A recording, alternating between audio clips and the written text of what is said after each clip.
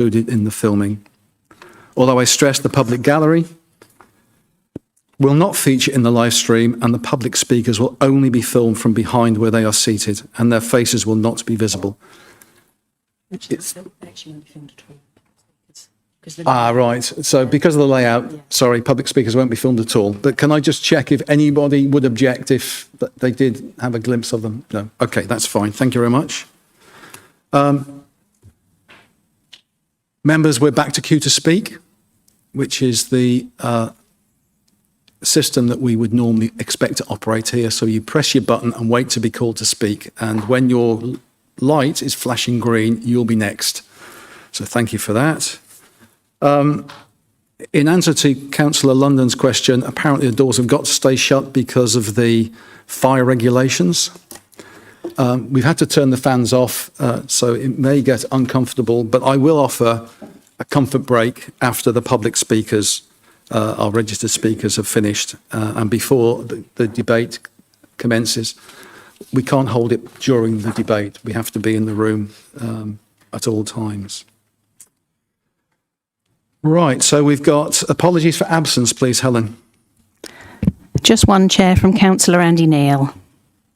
I don't believe there's any substitute. No one's indicating. No, that's fine. So we can move on to the minutes.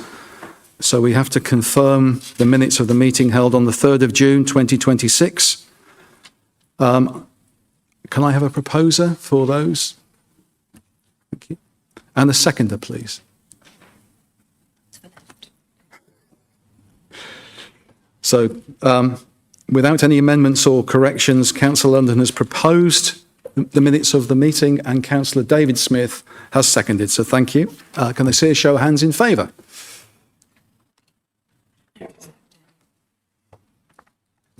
Thank you. The minutes are accepted. Thank you, Claire.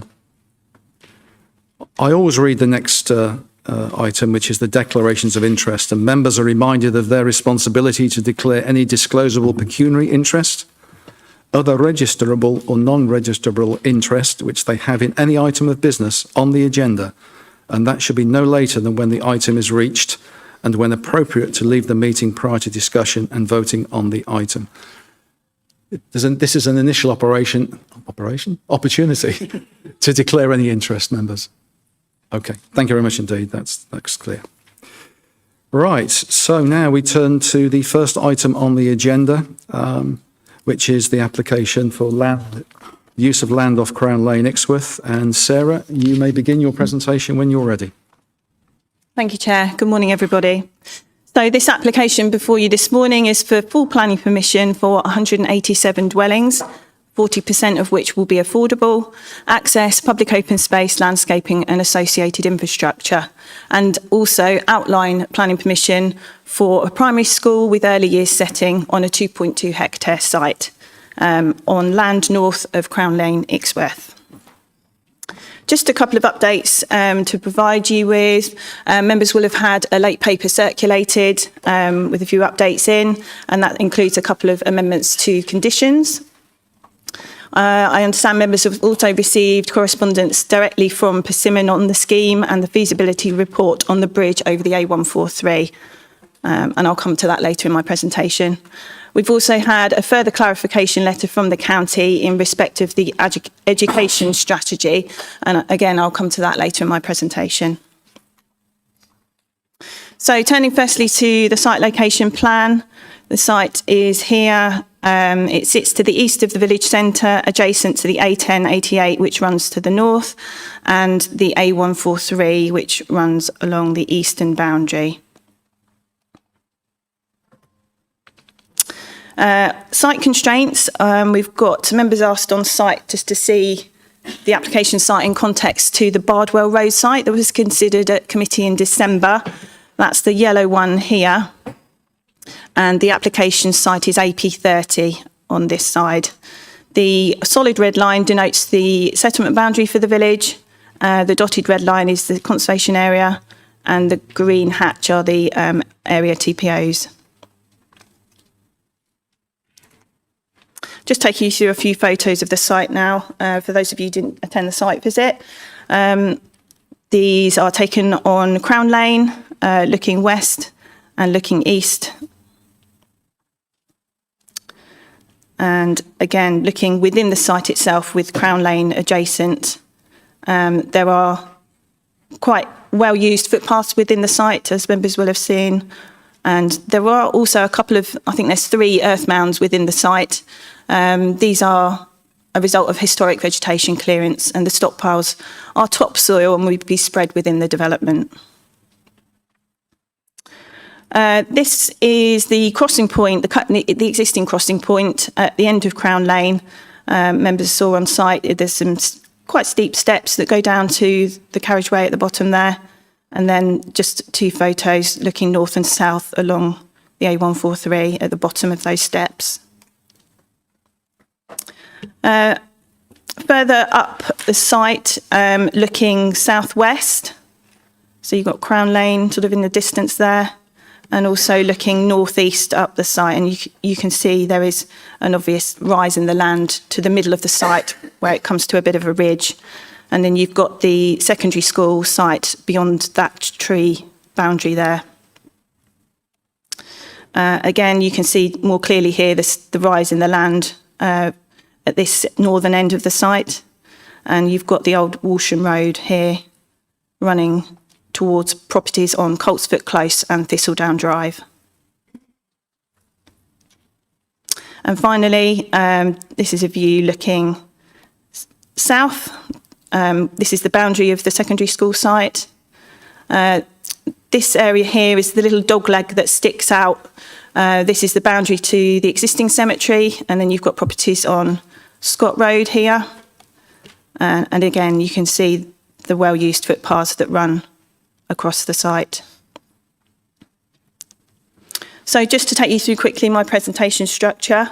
Firstly, we'll take a look at the master plan and policy history, policy and principles, the primary school and early years provision, highway matters, sustainable connections, layout and design, amenity impacts, flooding and sustainable drainage, landscape and tree impacts, public open space, the HABS regs assessment, ecology and biodiversity net gain, section 106, and then finally the summary and planning balance. So just to set the context to how we've sort of got to where we are really, the master plan and previous allocations. So policy RV12 of the former rural vision required a master plan and concept statement for the allocations RV12B and RV12C, and that is now consumed by allocation AP30 in the new local plan. A master plan for RV12B in 2010 and a concept statement covering both sites in 2008 established key principles. While a master plan for RV12C was progressed through discussions with the council and stakeholders, no comprehensive agreement was reached, primarily due to the scale of development exceeding that envisaged in the policy.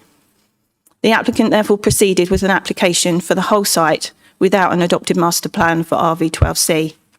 Policy AP30 allocates the site for around 145 homes.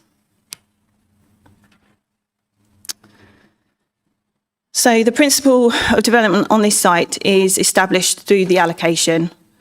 We firstly have section 38.6 of the main act, which requires planning applications for planning permission to be determined in accordance with the development plan unless material considerations indicate otherwise. Paragraph 11 of the NPPF, requiring approving development proposals that accord with an up-to-date development plan without delay. And then policy AP30, as I've said. So turning firstly to primary school and early years provision on the site.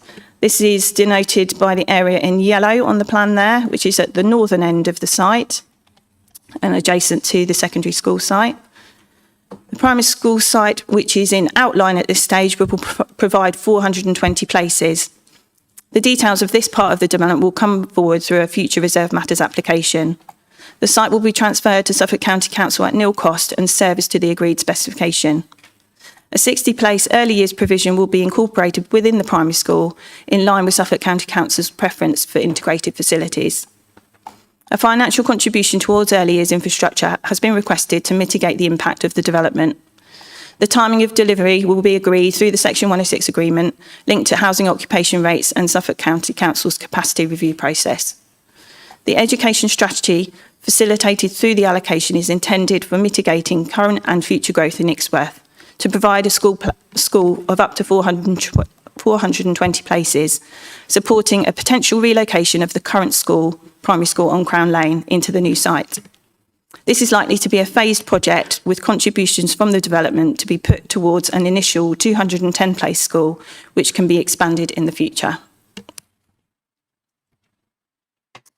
So turning then to highways matters, it's important to note the requirements of the NPPF at paragraph 116. Development should only be prevented or refused on highway grounds if there would be an unacceptable impact on highway safety, or the residual cumulative impacts on the road network following mitigation would be severe, taking into account all reasonable future scenarios. We have had a number of public representations raising concerns over highway safety and traffic congestion, and a detailed traffic assessment has been submitted alongside the application in accordance with policy LP43 and the West Suffolk Local Plan.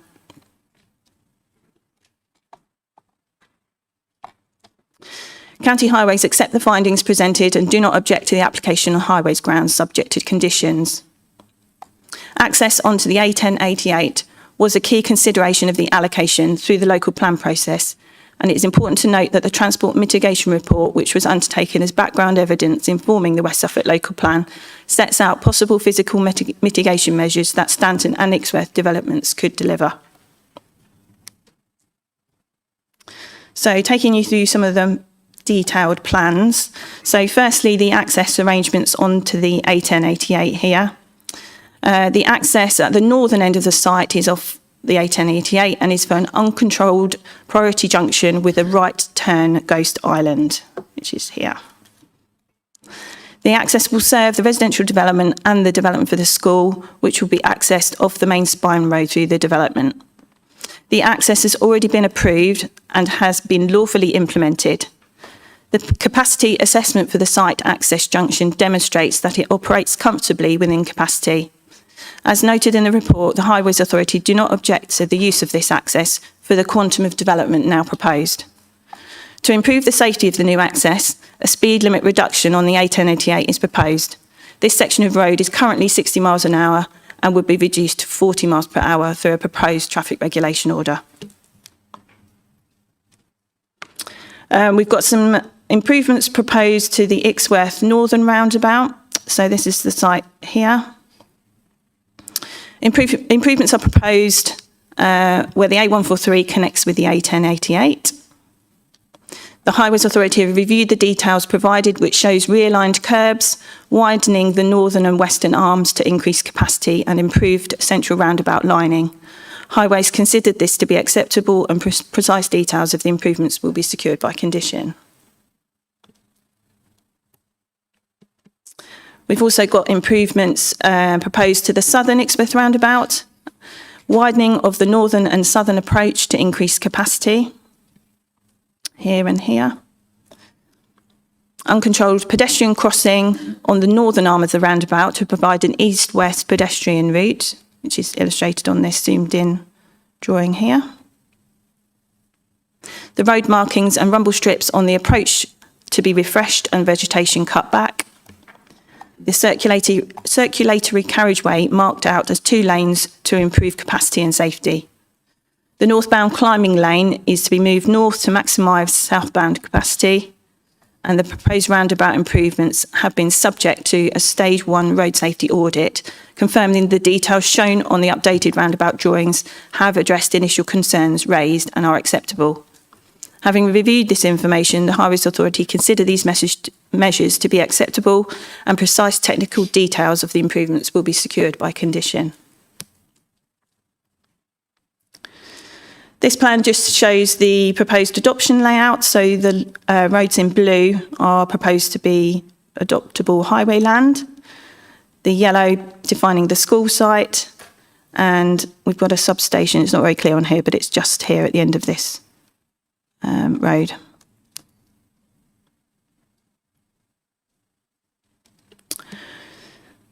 The layout shows some shared surface carriageways, which are the lowest classification of carriageway that can be considered for adoption.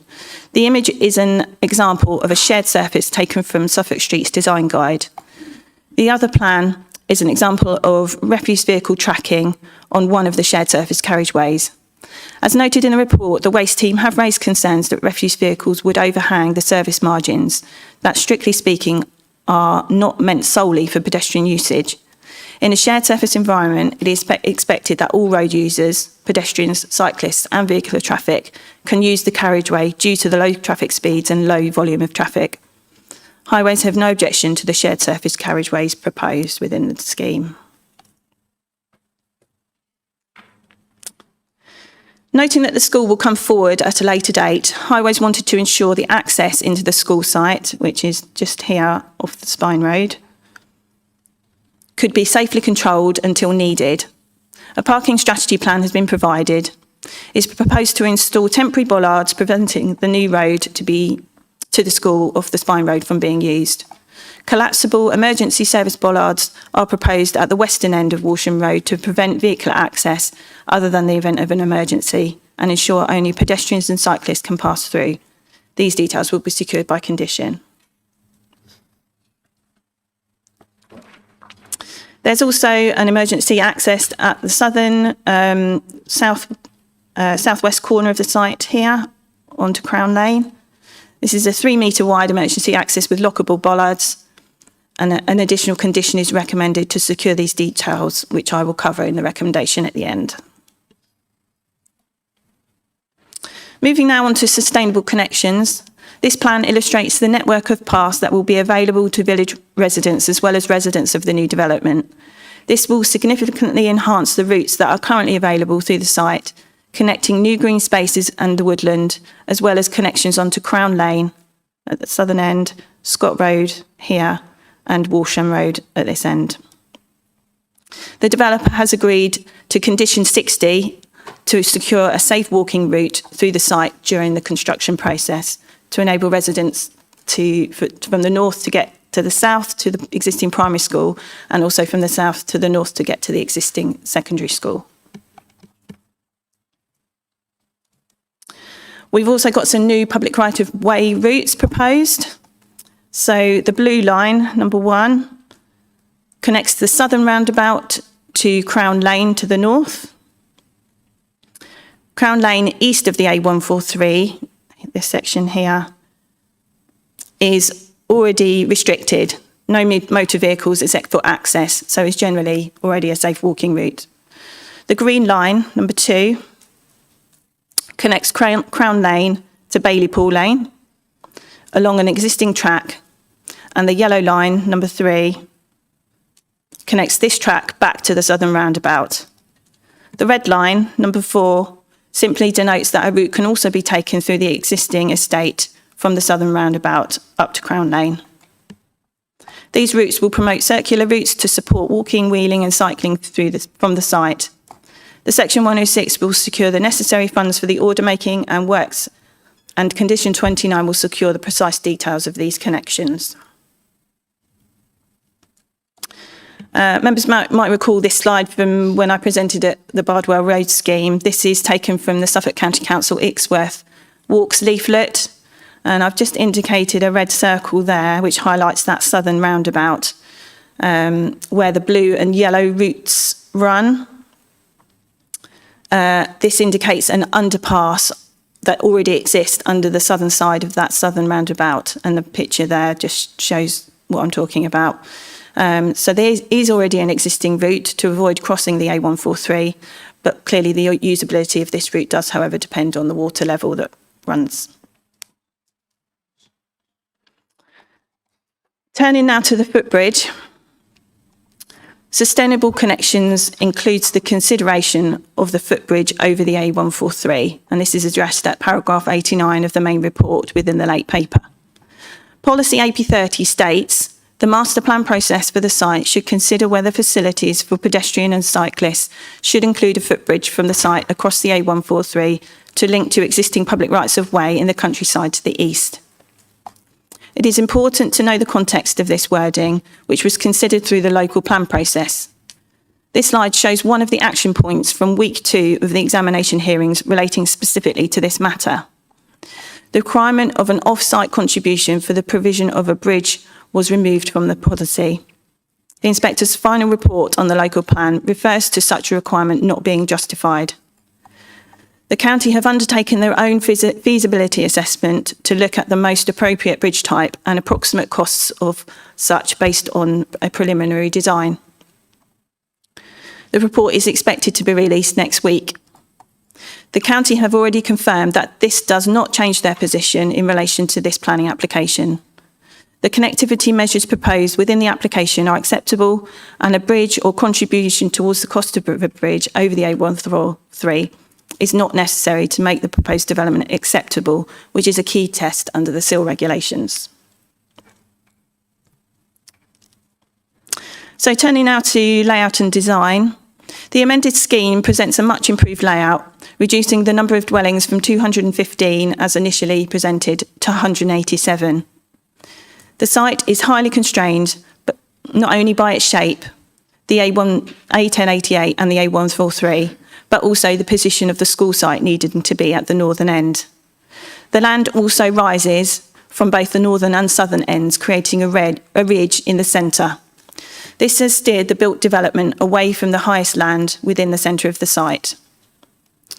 We have 2 suds basins proposed at the northern end, here and here, and 1 at the southern end, which is in the southwest corner. We have a main spine road that runs through the development.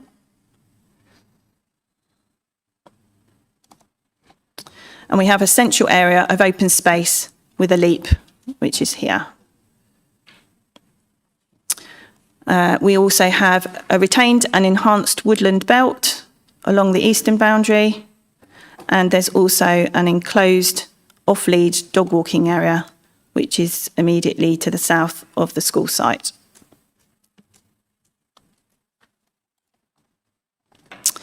The site is split up into character areas. This enables variation in design and visual interest to be achieved to create a sense of place and respond to the context of the site. This also enables variation in density of the built form and improved legibility. As you enter the site from the north, you have the entrance avenue character area, the main function being connectivity both within the site and more widely to the existing communities in the village. The spine road will be lined with swales and trees, and the built form will have a clearly defined building line.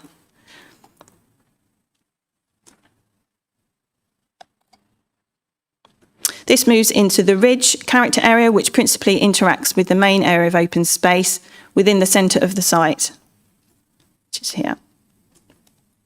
The dwellings create a strong sense of enclosure for this open space, with a mixture of houses and apartments providing natural surveillance over the space. The core is the higher density part of the proposal at the southern end of the site, with more semi-detached and terrace properties and a mix of secondary and shared surface streets. Finally, there's the green edge, which is of a lower density, typically fronting the site edge or areas of open space. These are mostly larger detached properties accessed off private drives.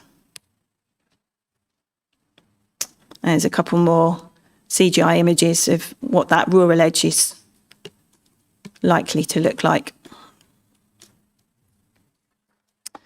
Turning now to building heights, and this plan shows the site is predominantly 2-storey with a few 2.5-storey and single-storey dwellings proposed. The amended scheme has resulted in changes to the drainage strategy. By relocating the underground storage crates, this has enabled an area of approximately 0.2 hectares to be used for the future expansion of the cemetery, which is to be secured through the 106, and the existing cemetery is this land immediately to the south.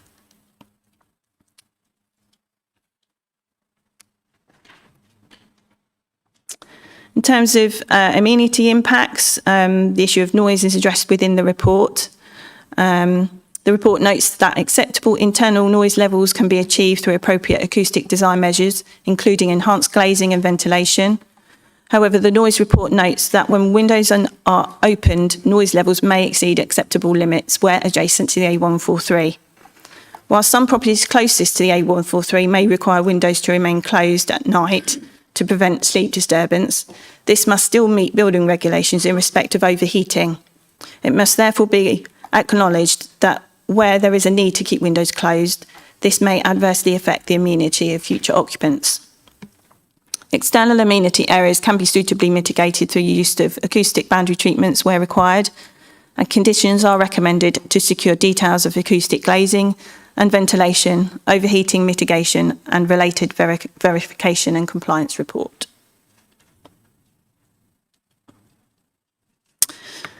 Turning now to flooding and sustainable drainage, we've got 3 plans across the site. Bit tricky to see, I appreciate. A flood risk assessment has been submitted confirming the site is within flood zone 1 and therefore at lowest risk of flooding. As I said, there are 3 SUDS basins proposed within the development, 2 to the north, here, and 1 in the southwest corner here.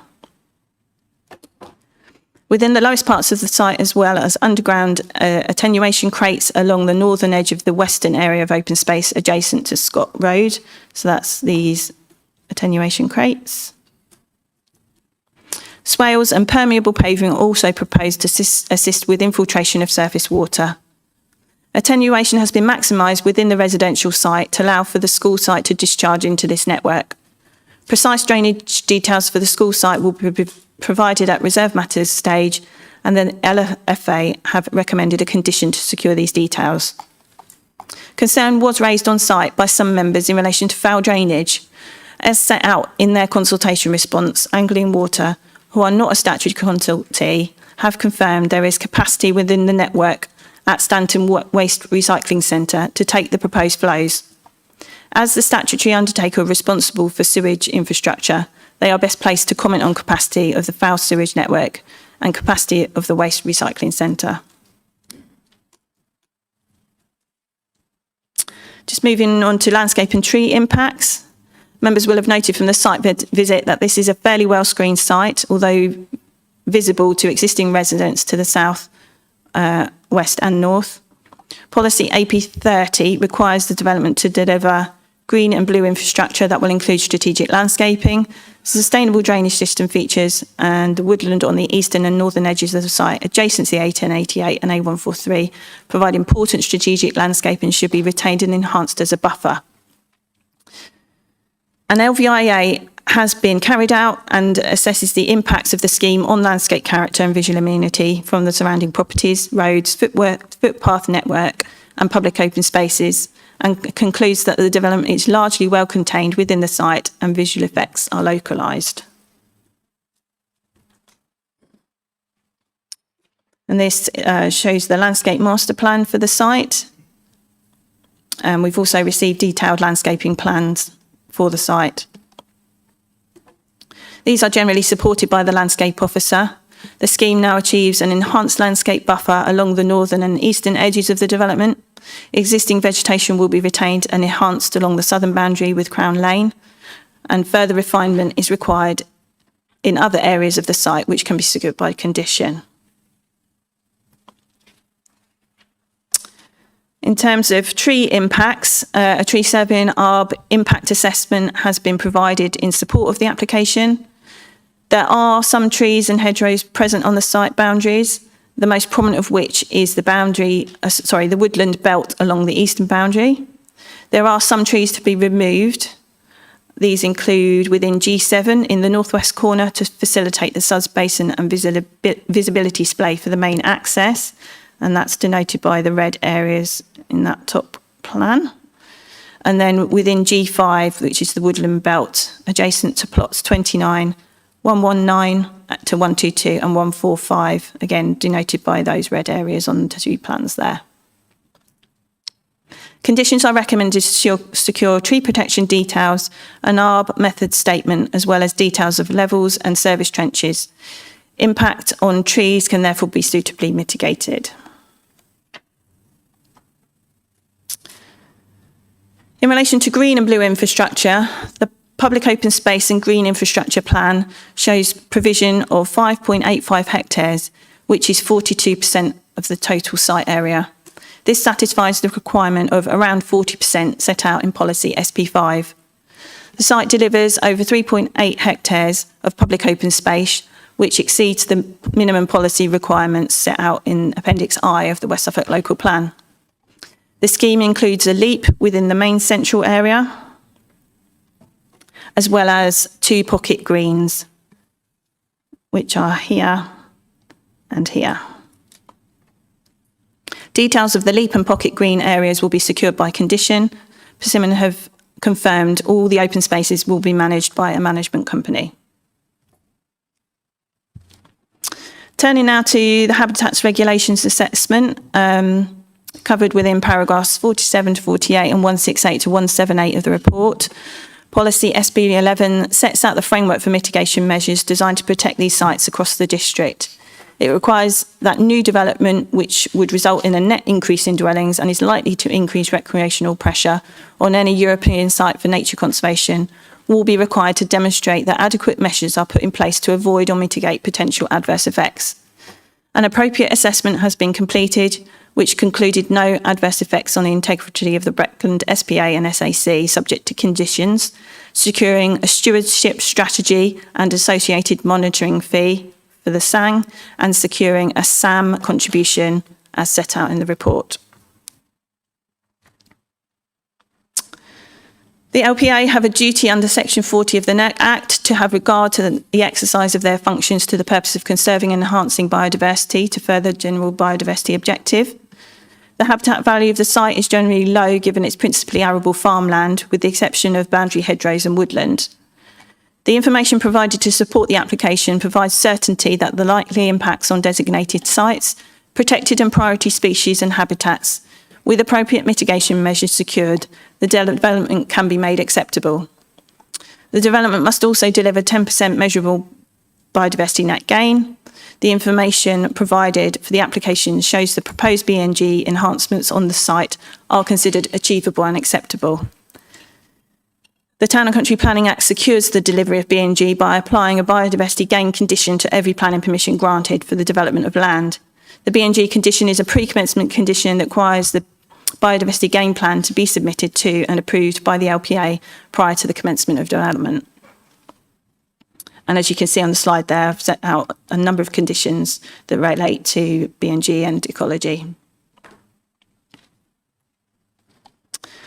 Turning now to the Section 106 heads of terms, and these are set out on page 204 of your papers. I appreciate that's quite small on the screen there. The applicant has agreed to a package of Section 106 contributions required to make the development acceptable in planning terms. It is considered these are adequate to meet the needs of the development, including necessary infrastructure, and is still compliant as set out in the report.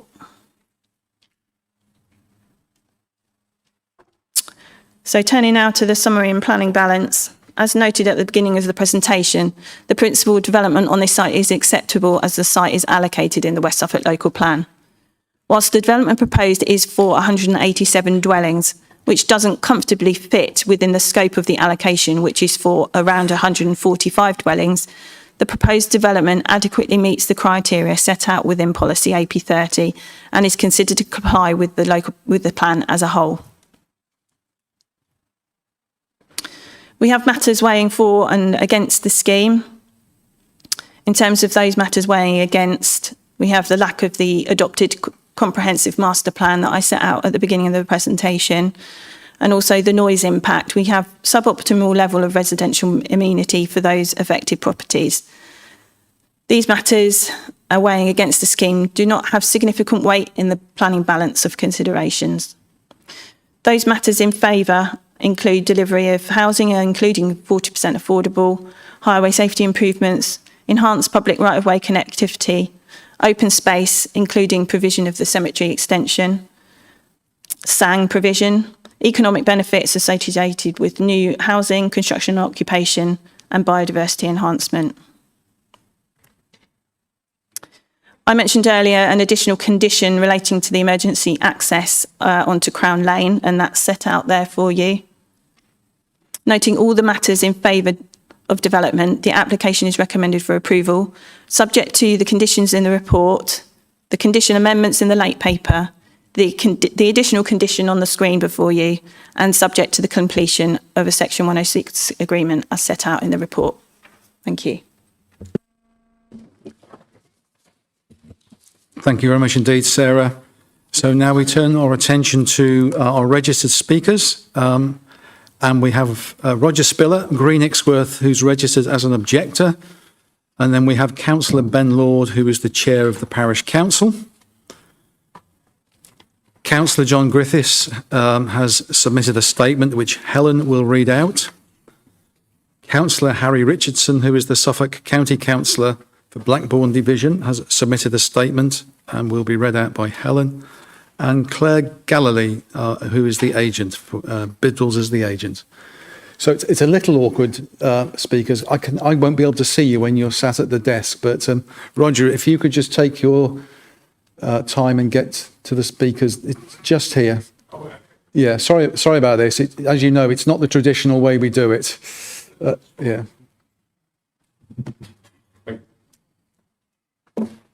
Now, everybody who's speaking has got an allotted time of 3 minutes, and as soon as you press your microphone and start speaking, Roger, the timer will begin.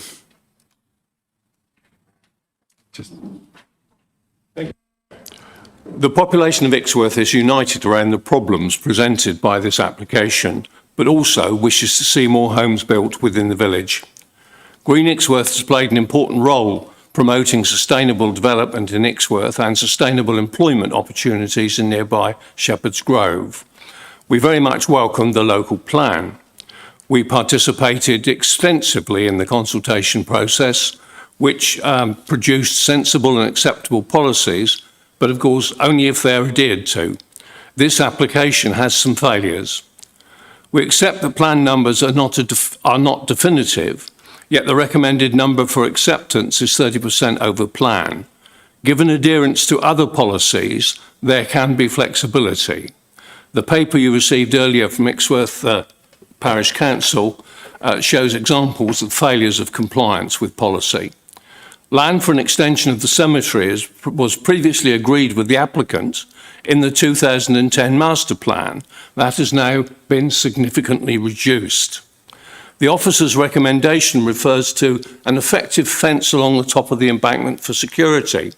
However, the applicant's plans show the 5-acre woodland, which contributes to biodiversity, is to be reduced in size by at least a half-acre for a footpath, and then surrounded by 1-inch square rabbit wire, keeping larger wildlife who use it for refuge, food and rest excluded from the whole site, significantly reducing biodiversity.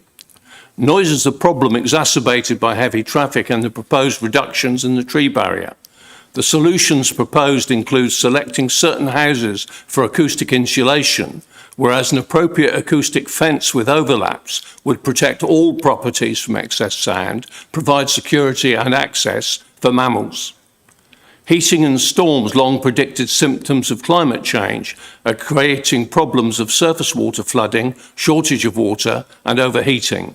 These are best addressed by building in solutions, enabling rain and grey water, for example, to be plumbed into the properties, actions which may reduce consumption by up to a half.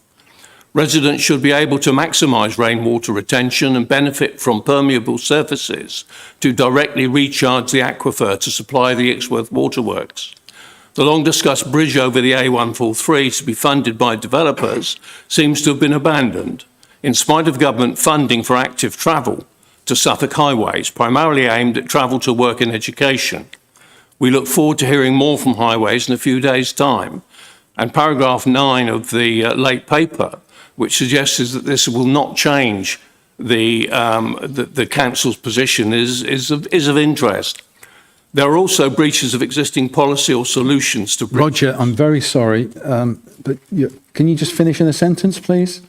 Yep. Okay, thank you. At this stage, the 2-decade-long process of consideration, we do not wish to object to the plans, but seek a deferral, so the issue of the bridge on which Highways is due to respond may be fully considered, along with other significant failures of policy. Thank you very much indeed, Roger. Thank you.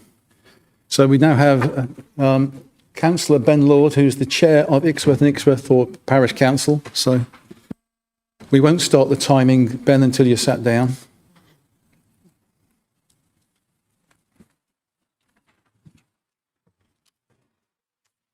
And the same principle, once you start speaking, we'll be timing. Thank you, Ben. Good morning, members. The Parish Council wishes to be clear that it's never opposed housing growth in Ixworth. We recognise the need for new homes and have consistently supported development that accords with the planning framework that this council itself has adopted. Our concern is not with development, it is with departing from that framework. The officer's report acknowledges that approving 187 dwellings, approximately 30% above the allocation in policy AP30, can only be justified if the remaining policy requirements are met. Yet the same report acknowledges that there is no agreed master plan, despite policy AP30 expressly stating that applications will only be determined once a master plan has been agreed. It also records that your own planning policy team continues to have concerns regarding the housing numbers, the woodland buffer and the cemetery land. So I ask you this. What is the point of this council spending years preparing and adopting a local plan, asking residents to engage with it and encouraging communities to prepare neighbourhood plans if, when the first real test comes before you, those policies can simply be discounted? Either the development plan carries the weight Parliament intended it to carry, or the entire process risks becoming little more than an expensive vanity exercise in managing expectations. Members, I also ask you to reflect on the A143 footbridge. For more than 15 years, the people of Ixworth have been told that major development represented the only realistic opportunity to deliver a safe crossing, reconnecting the two halves of Crown Lane. One opportunity has already passed. This is the last realistic opportunity. Today, pedestrians wishing to reach the countryside must descend a steep staircase, cross 3 lanes of 60-mile-per-hour traffic before climbing another staircase. It is remarkable that this arrangement has not already resulted in serious or even fatal accident. The absence of tragedy should never be mistaken for evidence that an arrangement is safe. Yet members are now being asked to conclude that no bridge contribution is necessary before Suffolk County Council has even completed the work it says it will be available in early July regarding the bridge's feasibility and cost, and yet asserts that it wouldn't change their position. How can that be before it's even published? Finally, I ask you to consider the future of Ixworth Cemetery. Constructive progress has been made and we welcome that. However, the land adjoining the cemetery represents the only realistic opportunity for its future expansion. There is nowhere else within the village capable of fulfilling that role, and we simply ask that this once-in-a-generation opportunity is not compromised by infrastructure that could reasonably be accommodated elsewhere. Members, this site has featured in successive strategic planning documents for almost 20 years.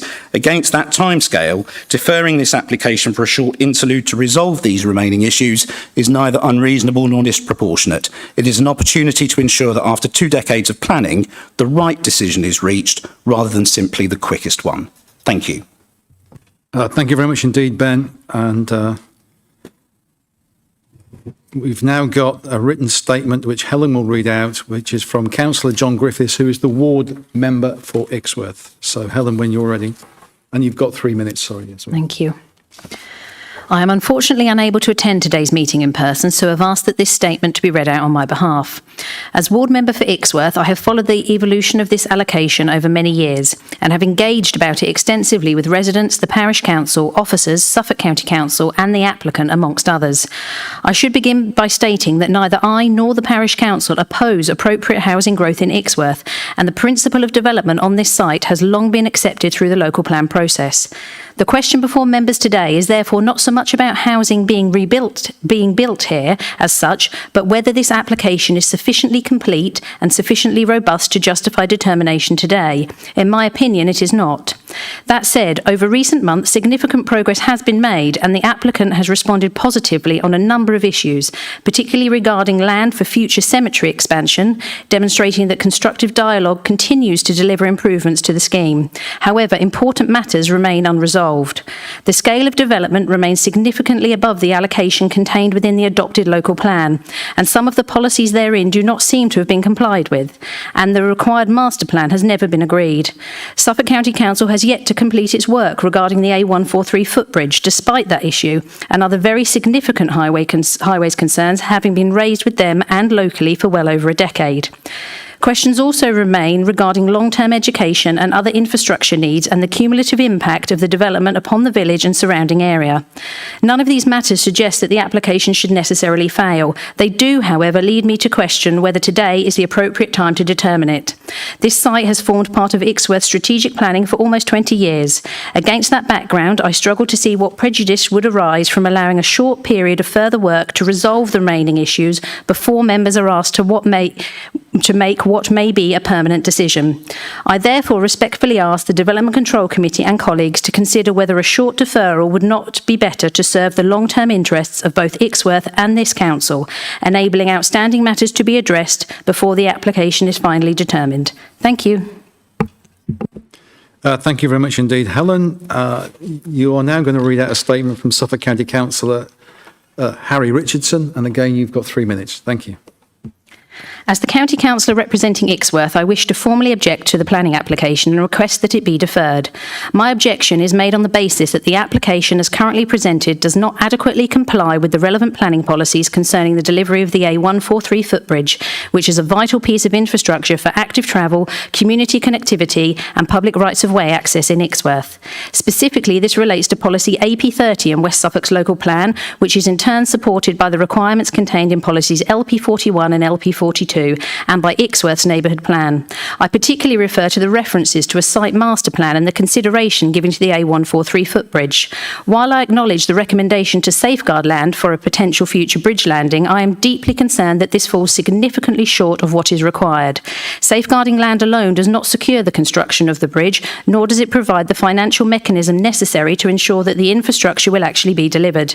In the absence of a clear requirement to reconstruct the bridge or a binding obligation to make an appropriate financial contribution towards its delivery, this application risks undermining the clear spirit and intent of the adopted policies. For many years, residents have been advised that major development in this location represents the only realistic opportunity to reconnect the two halves of Crown Lane by means of a dedicated pedestrian and cycle bridge over the A143. Indeed, this was a focus of the Bury St Edmunds Vision 2031 local plan. This is not a new aspiration nor a speculative request. It is a long-standing expectation which has formed part of local discussion around growth, movement and community cohesion for many years. Previous allocated development has already failed to deliver this critical infrastructure, and there is a very real risk that if it is not secured through this current application, the opportunity will be lost altogether. I understand that Suffolk County Council is due to receive a report on the feasibility and cost of the proposed footbridge. This is clearly a material consideration for members, as it will provide essential evidence on whether the bridge can be delivered, what form it may need to take, and what level of funding or developer contribution would be required.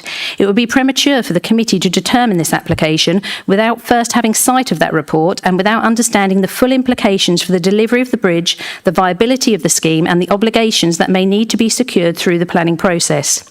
It is true to say that Section 106 monies cannot be levied towards the contribution of a footbridge solely for the reasons of highway safety, as I have been advised by Suffolk County Council.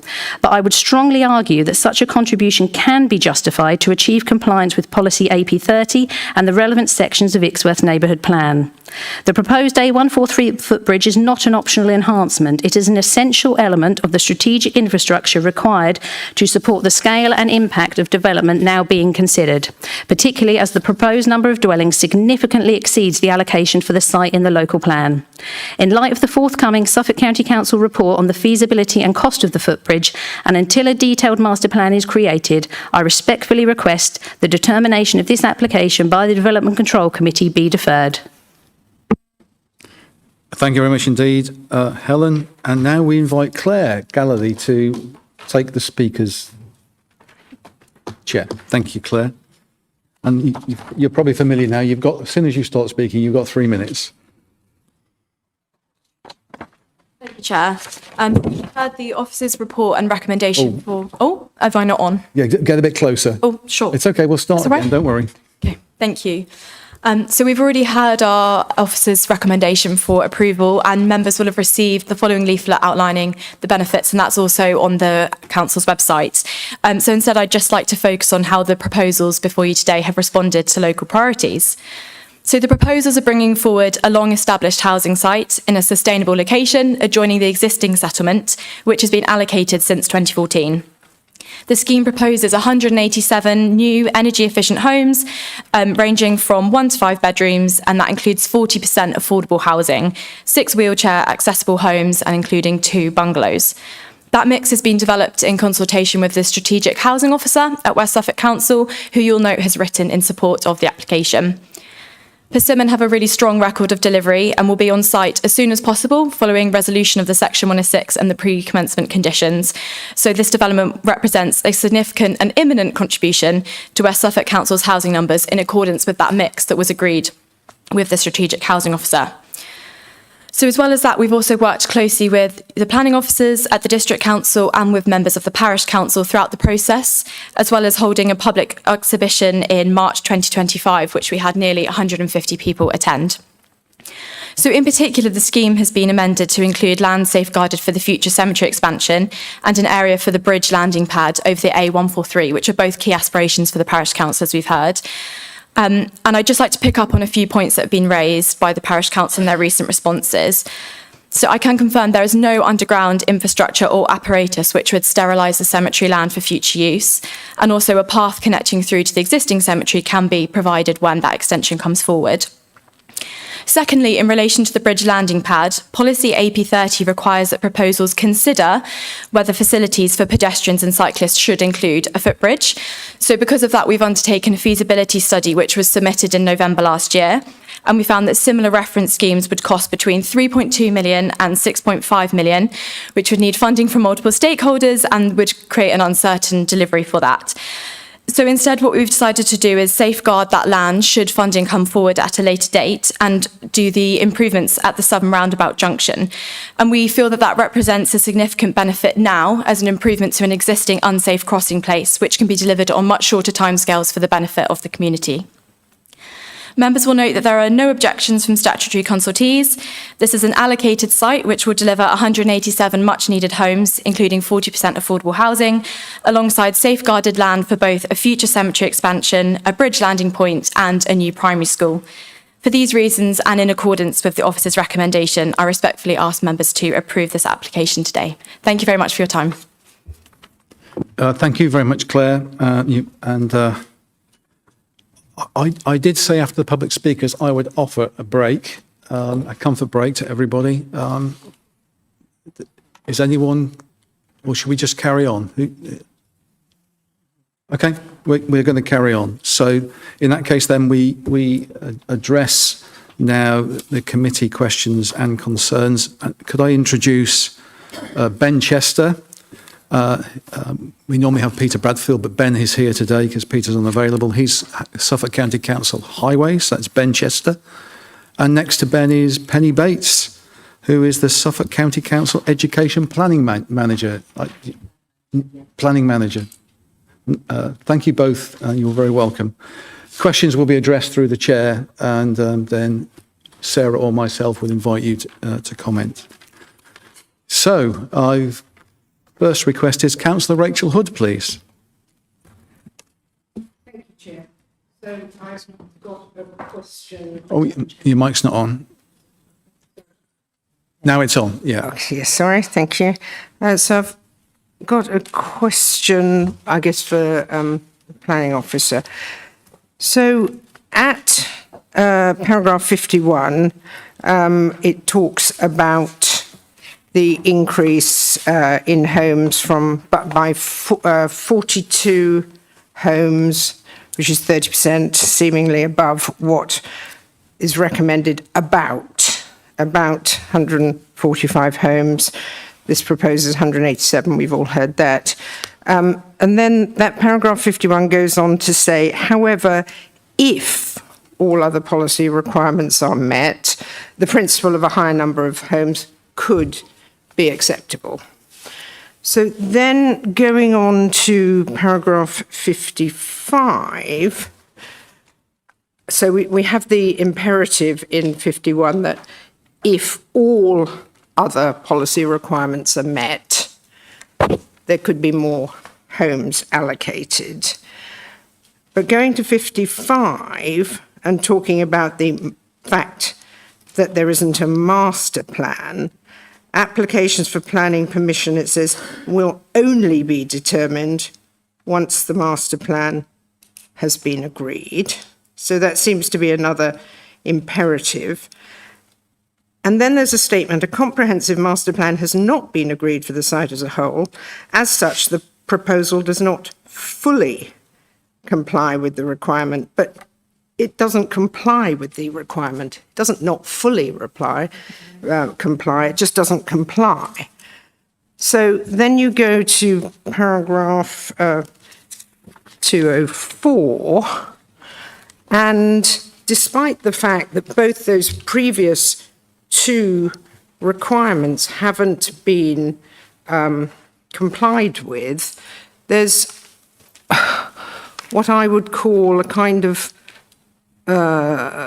wishy-washy statement that never mind, it's okay, these aren't reasons to refuse permission. So my question is, to me, this appears to be non-compliant, and I don't understand how that can just be swept away. Thank you. Thank you, Councillor Hood. Councillor Bull, please. Thank you. I sat on my hands. Thank you. Just a couple of highways queries. The improvements to the 1088, at what stage in the development will they be implemented? Will they be done first? And the improvements to the southern roundabout, I note that the climbing lane is to be moved further to the north, and I'm interested to know how much further and how much of the climbing lane will then remain. And also, I'm very concerned about the crossing at the bottom. Using that roundabout very regularly, I find that quite worrying, and I'd like to know a little bit more about the work that's being done on that. Thank you. Thank you, Councillor Bull. Councillor Thorndyke, please. Thank you, Chair. On page 39 of our paperwork, the first couple of lines, the West Suffolk Local Plan was adopted, and it is the statutory development plan for West Suffolk.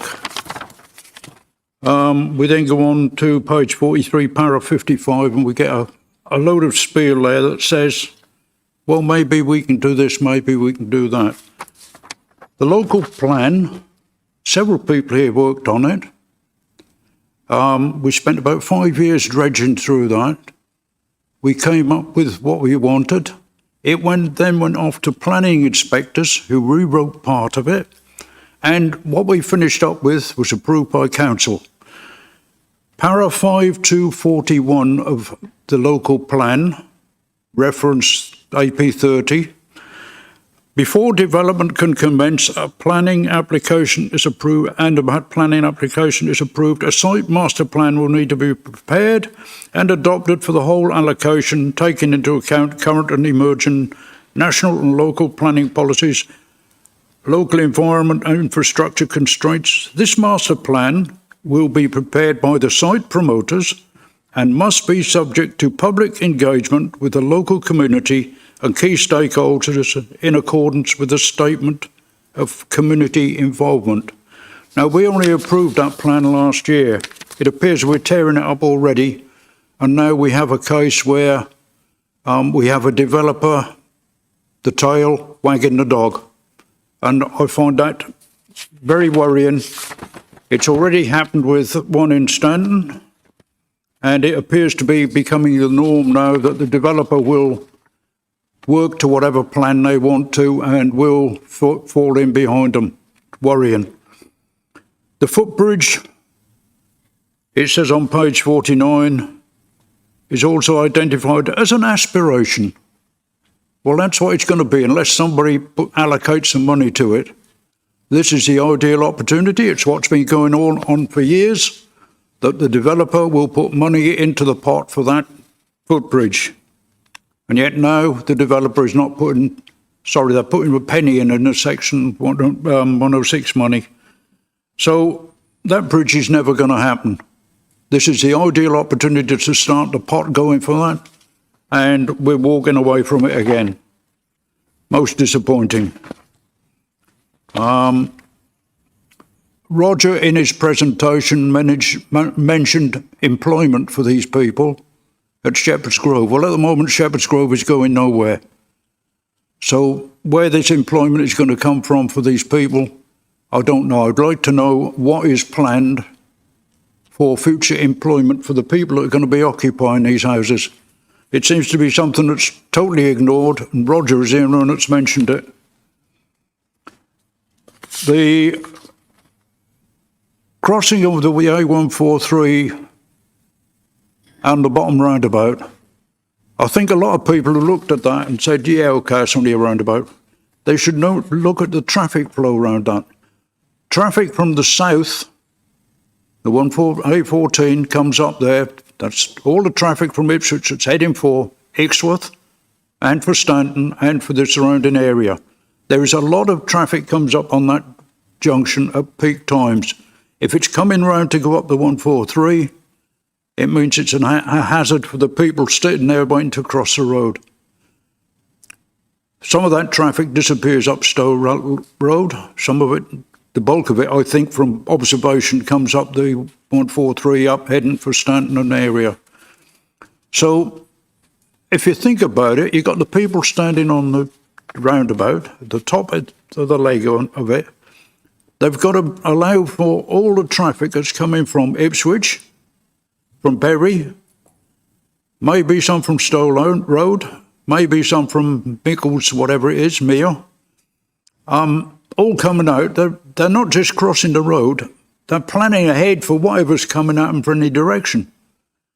I think that is a non-starter, and I'm not sure I can support that at all. Condition 49 relates to air source heat pump mitigation. The second paragraph on that says that the air source heat pump shall be installed, operated, maintained and serviced, all in accordance with the manufacturer's recommended thing. Now, going on the history of air source heat pumps, it's not unlikely that people will put solar panels on the roof and put electric heating all around the place. How is that condition going to be enforced, that these people have got to maintain the system working when they don't even use it? And I think I've done my bit on the bottom roundabout. I don't think that's a goer. I think that's totally unsafe. And bear in mind that much of the work on that roundabout has already been approved in the Bloors application for Stanton. Much of the work to improve that will be done already, but the pedestrian crossing is something new, and I worry about it. Thank you, Chair. Thank you, Councillor Thorndyke. Councillor Glossop, you're next, but Councillor Ball, did you press your microphone? Did you want to speak again? I don't think I pressed my button. Yes, well, can you just unpress, if that's the right terminology? I apologise. No, it's still on. That's it. So, Councillor Glossop, after that slight distraction. Okay, thank you, Yeah. Chairman. Thank you. Yeah, I want to know why we've even got this in front of us. We haven't had a master plan, and I thought we need a master plan, so I'm very concerned about that. Also, when the inspector observed the local plan, he took out the bridge, saying he didn't think it was necessary for this development to have to do that. So how much weight? I mean, he's got much more weight than us, and I find that very concerning that he's just dismissed it, saying that, you know, it doesn't need to be part of this site allocation. So that is worrying me. And I'm a bit worried about the I shouldn't say few houses, but the houses that may have problems with sounds from the road, but they can close their windows, but if it's baking hot, like it's been this last week, that was not. So I don't find that very satisfactory either. So I would like all these questions answered, please. Thank you. Thank you, Councillor Glossop. The final member is Councillor London before we go back to officers. So, Councillor London, please. Thank you very much, Chair. So I'm going to echo some of what has been previously said. we don't have a master plan. The bridge feasibility study's coming in within a week. So it does seem curious that it's coming to this Development Control Committee, and I just wanted to understand, are there other constraints that means that it has to come to this one and couldn't come to a future meeting, because it does seem quite premature. We're all disappointed in the planning inspector's decision to remove the mandation for the bridge. This isn't the correct venue for me to express my frustration at that, so I will avoid. However, I will express my frustration at the, quote, feasibility study, unquote, that has been provided. This is nothing more than a two-page letter from Bidwell's, which references a couple of other consultations on other supposedly similar crossings. Now, I'm quite familiar with the Ely to Wychford active travel crossing, which is a huge piece of civil engineering with motorway style ramps going up the sides and steps as well, and then an arch. This road is in a cutting. We're not going to need most of that infrastructure. If you actually look at the thing, there's over £500,000 worth of steel being allocated out of that £3 million just for the ramps to get the bridge up to the minimum level required over the road. But like I say, this is in a cutting. It's not a fair equivalent assessment of cost, or at least in my admittedly amateur understanding of the situation, it's not. But then again, the actual feasibility study isn't in front of me, so I'm unable to make a decision based upon that. Why are we here? Why is it not in a week's time? Thank you. Thank you very much indeed, Councillor London. Officers, over to you.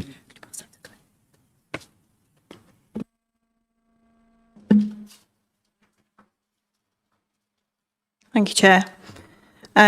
First question from Councillor Hood in relation to non-compliance with that part of AP30 in relation to the master plan. The report does acknowledge that the proposal doesn't comply with that part of the policy, and that does weigh against the scheme in the planning balance, as I summarised at the end of my presentation.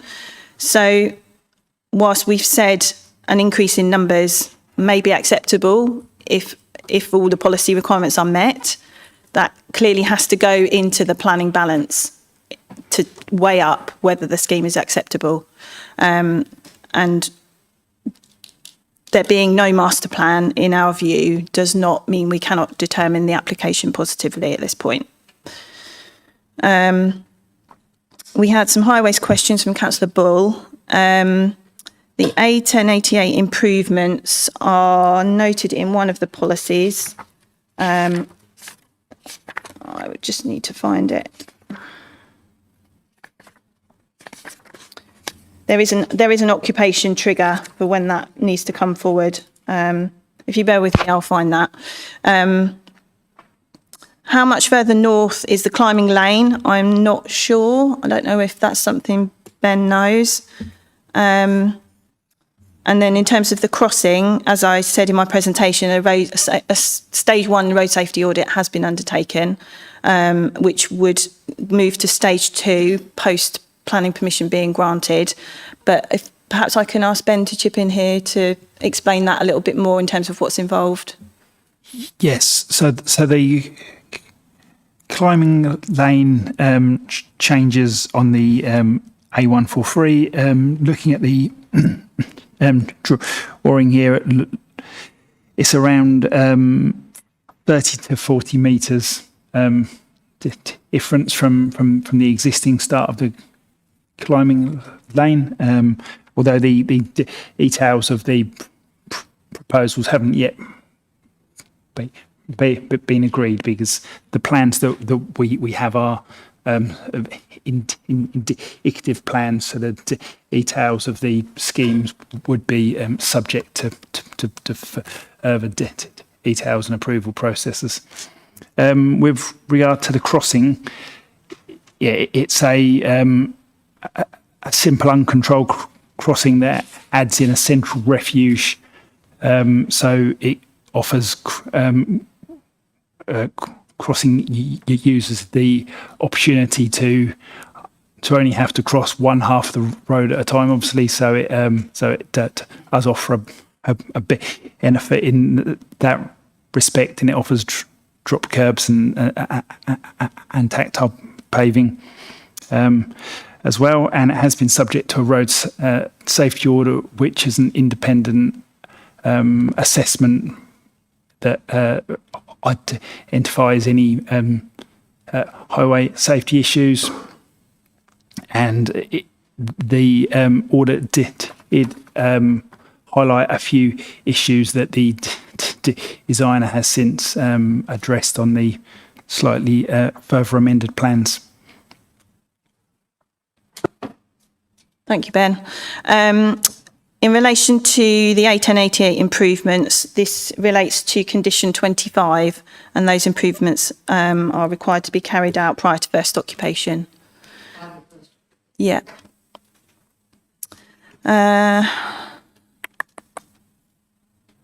We then have some queries from Councillor Thorndike. Where will these future residents be employed? What employment will be available to them? That's not something that we can consider as part of this application. A residential scheme is not required to bring forward employment for its residents.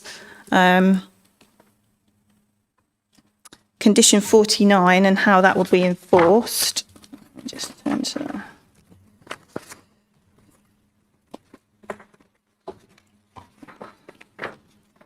So the majority of the properties are going to be installed with air source heat pumps as standard, as well as solar panels. If they choose not to use that air source heat pump, that's beyond our control. If we, there's separate legislation that controls issues in relation to noise. If someone wasn't maintaining their air source heat pump properly, and it was reported, we can certainly investigate that. And this is a condition recommended by the environmental health team, so we think it's necessary and enforceable. Councillor Glossop, you asked why this application is in front of us. The report sets out why we can make the recommendation that we do now, for the reasons set out in the report. We don't think this is premature. We think this is determinable now. There are some matters that weigh against the scheme in the balance of considerations, but overall this is an important site delivering housing for the district.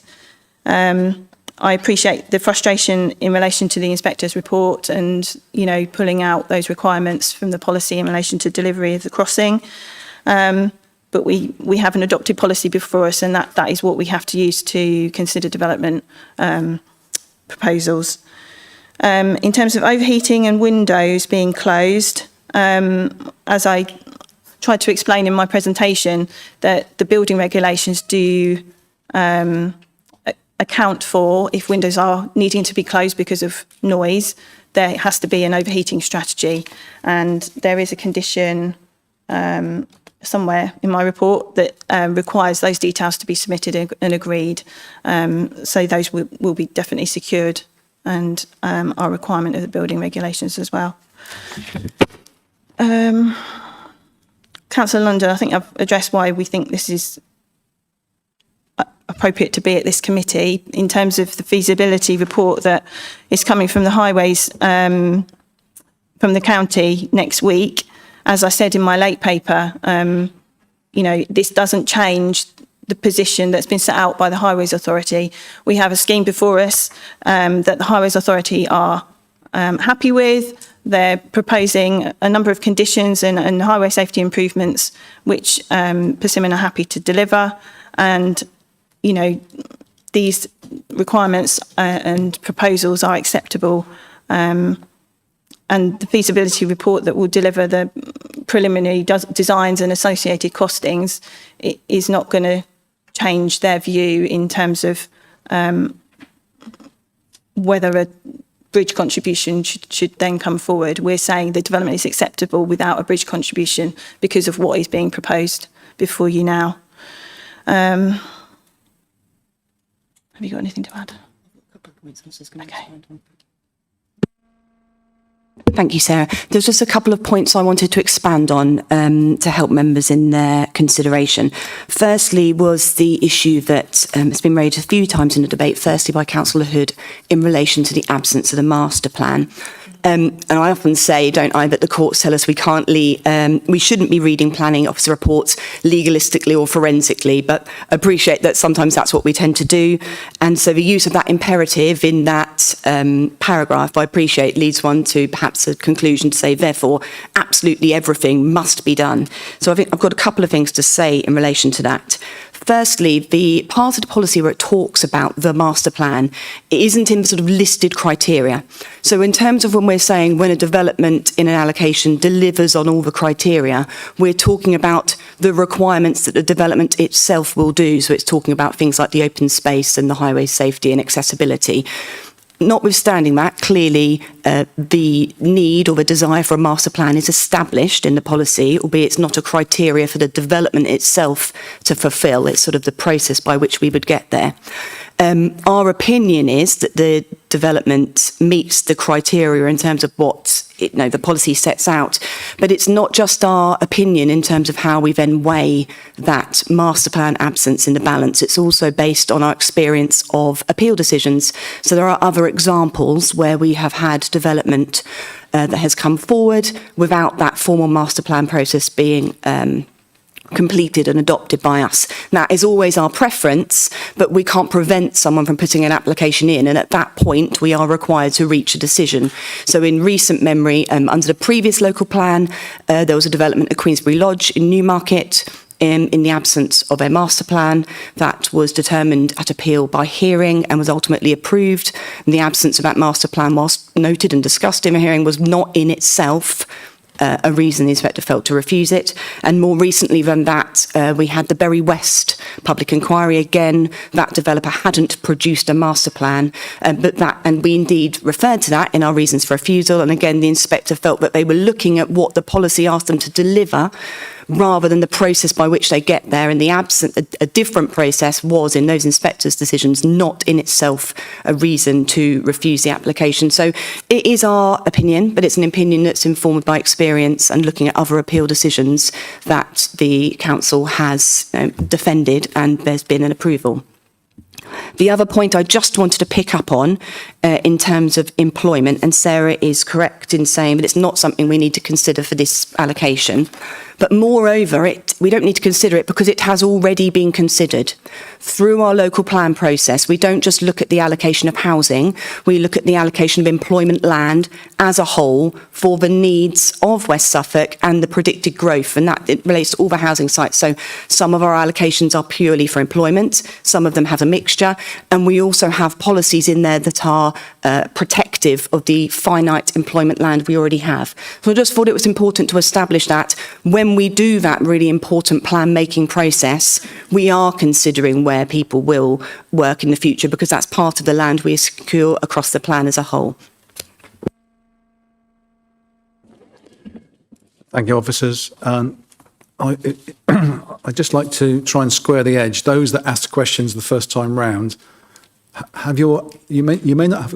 You're down to speak again anyway, Councillor Hood. You may not actually agree with the answer, but at least I think everything's been addressed. Councillor, would you like to come back now, Councillor Thorndyke, or are you happy to wait?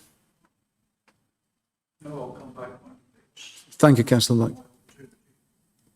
Okay. Right, in that case then, we have Councillor Mildmay White, please. Thank you, Chair. Just a couple of points. It's the number of homes, the increase in the number of homes concerns me. Is it now council policy that we accept this increase over and above what our local plan designated? Because we had the application on Mount Road, which has gone from 120 up to 160. I note that Persimmon tried initially for 215 over above the 145.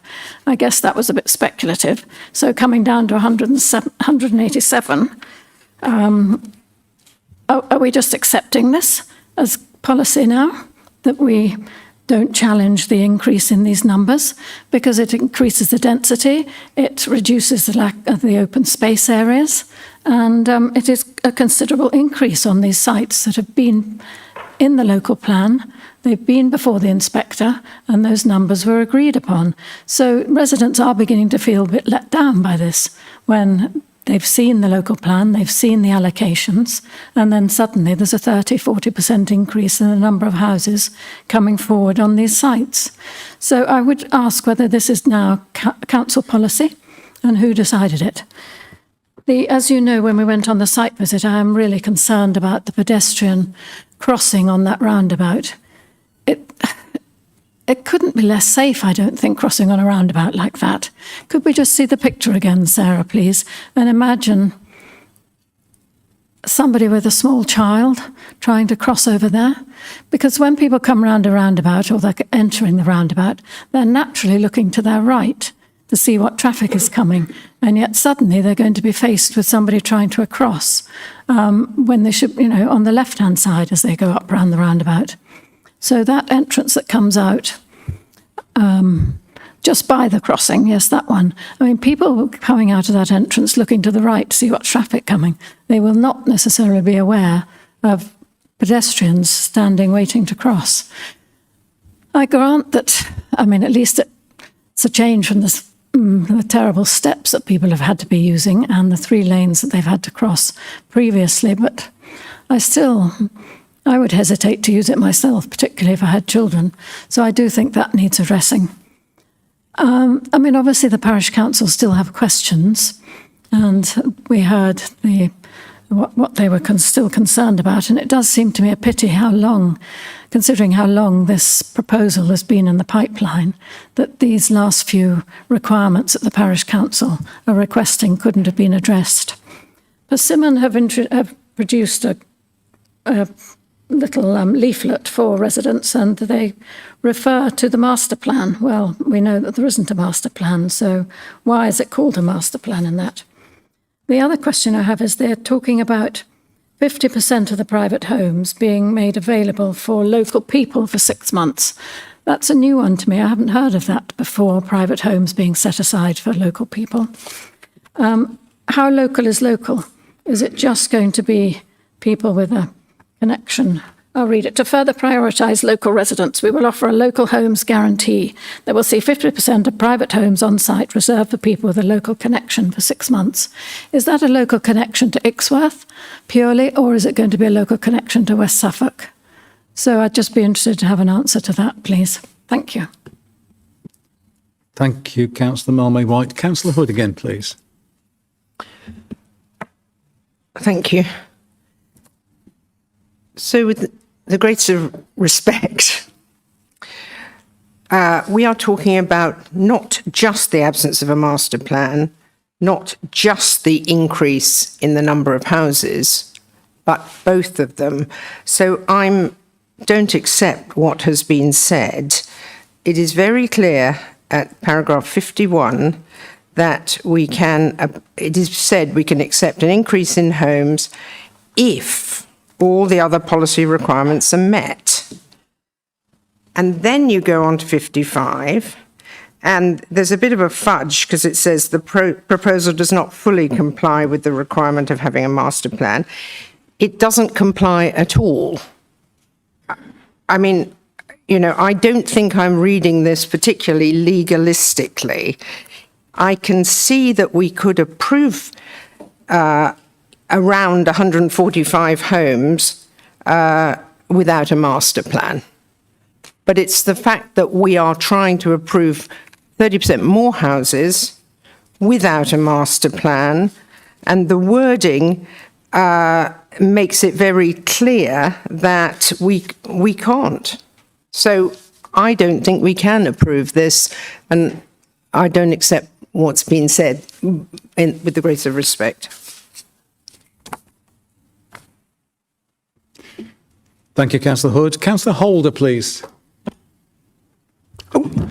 Yes, thank you, Chair. And firstly, I'd like to thank the officer for the presentation and the slides and all the additional information that's been given by our highways, and Penny to clarify certain things that I wasn't particularly sure of. We heard from a lot of the people objecting to this, they'd like things deferred, but they didn't actually say what for, really. And we've heard this before about applications being deferred, and we need to know why. But normally, it makes no difference whatsoever when it comes back to us. It just wastes time and everybody's money. Having read the papers and listened to some of the debate, there is an enormous amount of information that's been provided to us by the planners over a considerable period of time. They haven't been doing nothing over this site, nor, I presume, the developer's been doing nothing over this site until it's come to us. We've heard mentioned 10 years in the making, as it were. So I assume questions are being asked both ways and answers being given. And the planners aren't just to swallow whatever a developer says. They're going to look at it in relation to our policies, which are listed here, the amount of policies that are mentioned, the amount of consultees that are mentioned. I just pick out the police because it's a fairly minor one, but they're very stressed about dark areas and all the rest of it. And even the relatively new SANG that has to be provided nowadays, they're saying, oh, it's dark and people will cause graffiti and vandalism. You know, I think they're just saying it for the sake of saying it. They will say sensible things to the developer about how they design things and dark areas and passageways and that sort of thing. And our planners will listen to both sides of the argument. And they come up with a balance, which again is a thread running through every paragraph of this paper. I take the points that people have made, particularly on the local plans and all the rest of it, and the seemingly movable feast of numbers of houses, because my particular ward has been built to death almost, and it's going to continue. And every developer will, quite rightly, say, well, we've got 120 houses, but let's go for 140. We'll keep up the 40% of affordable homes. And again, it comes down to a balance. This committee threw out one that increased the amount of housing significantly not so long ago, and everybody accepted that, or our planning officers accepted it, despite approving the general thrust of the thing the developer put out. So we're paid and here to make decisions on behalf of West Suffolk Council and on behalf of the communities about. The communities are not happy having more and more houses shoved into their backyard without the infrastructure. And that goes for every village, mine included. The infrastructure is always years behind the development, which is really frustrating for everybody. But we, West Suffolk, and our planners have been pressed by central government to do a job of providing houses. And it's a very difficult balancing act. So do we accept the officer's presentation on all the things we've read, or are we just going to throw it out and let the developer go to appeal? A great loss of money to us, probably.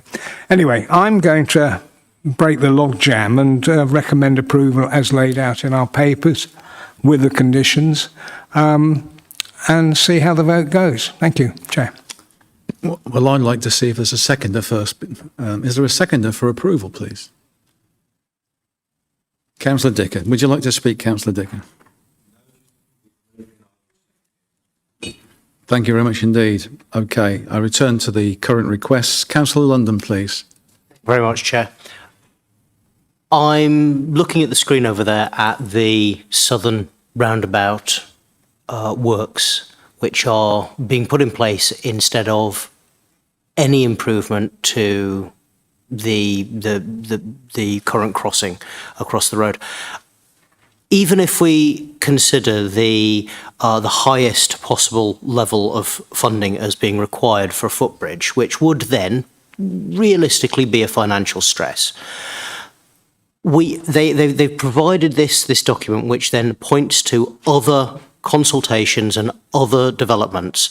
Some of the alternate plans that are being produced for example, the Ely to Wychford active travel crossing, are at grade small improvements with the understanding that this is not going to fix the problem, but it would work as a temporary solution. So, for example, at grade traffic lights is one of the solutions to the Ely to Wychford active travel crossing. We haven't had even so much as a couple of strips of paint across the road suggested. I think that it's not necessarily an all or nothing. So has any consideration been given to any upgrades that aren't going to fix the problem, but might at least ever so slightly improve it? They're willing to pay for those upgrades that realistically are never going to get used on that southern roundabout. Could we not have... Was there no consideration given to, say, a central refuge? So you cross 2 lanes of traffic, you can wait for a second, and then another 2, or even just some paint on the road and a sign. Thank you.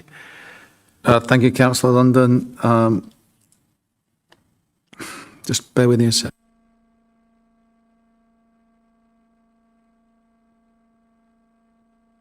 Okay, I've got 4 people waiting, but I think we should try and break up now and let officers address what's already been questioned. Thank you. Thank you, Chair. Councillor Marmite-White, I note your concern about the increase in homes and whether the council's supporting this increase is now a policy.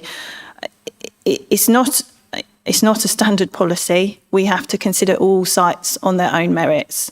And it will depend on what's being presented and whether it's policy compliant in the kind of broadest term. As acknowledged in the report, the number of homes is beyond what we would consider around 145. But for the reasons in the report, we think this number is acceptable because of all the other things that are still enabled to be delivered on this site. And in the balance, we think this is an acceptable development. The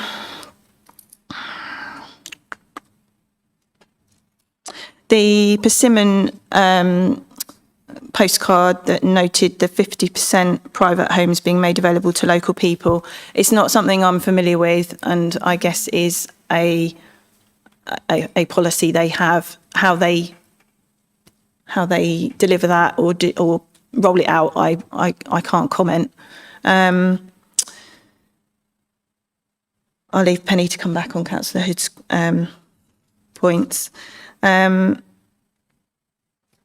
Councillor London, at-grade solutions for the existing crossing point. We have talked many times about how we can improve, if it's possible to improve this crossing point, and it's really tricky. There wouldn't be space for a refuge between the 3 lanes of traffic, I think, and perhaps Ben can come back on this, but in order to have the safe movement across the 3 lanes of traffic, there wouldn't be space for them. Perhaps I can pass to Ben, see if he has any other comments on that in terms of solutions. Yes, we have spoken about other options. As Sarah just said, there would not be space for a refuge at the existing crossing point that has the steps. And we have also spoken about other options at that southern roundabout, including signalised crossings. But the traffic speeds aren't appropriate for a signalised crossing, and our signals team generally wouldn't support a crossing that doesn't have frequent demand.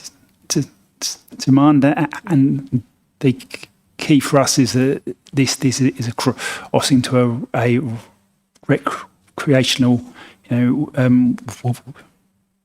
public rights of way, etc.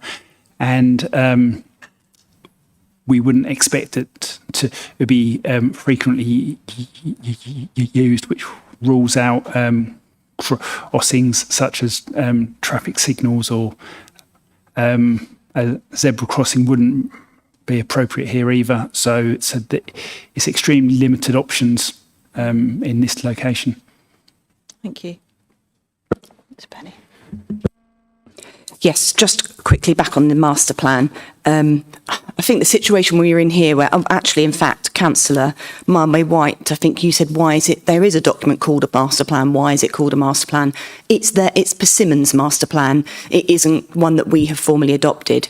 I think this site fell into something of a catch-22 in that there was a master plan being developed, but it was one that was outside the bounds of our policy. So we couldn't go and support the master plan at that point because it didn't accord with the policy, but equally they wanted a way to progress the site. So there was a slightly unusual dynamic there. Obviously, Persimmon decided that they did want to carry on with that higher number. You know, there's more risk. A master plan process, an adopted master plan process, de-risks it, but they are entitled to explore that other route.